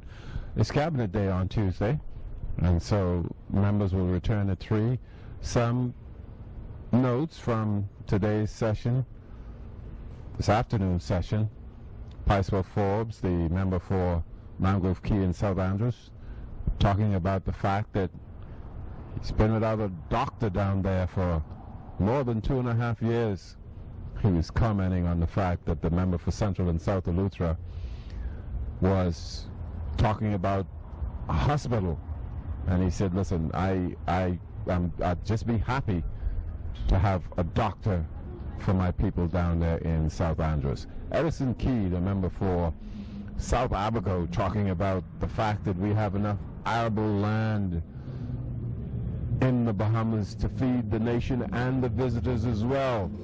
Talking about Andrews having what he called explosive potential for agriculture. Renwood Wells telling people not to be afraid of LNG, that most American cities sit on mountains of natural gas, which is what they use for heating, etc., etc. Peter Turnquist, we just heard on the floor then before the session was suspended, talking among other things about Bimini and what was happening there. Prime Minister Christie standing to his feet and explaining about the area that was considered best for this passenger ship terminal.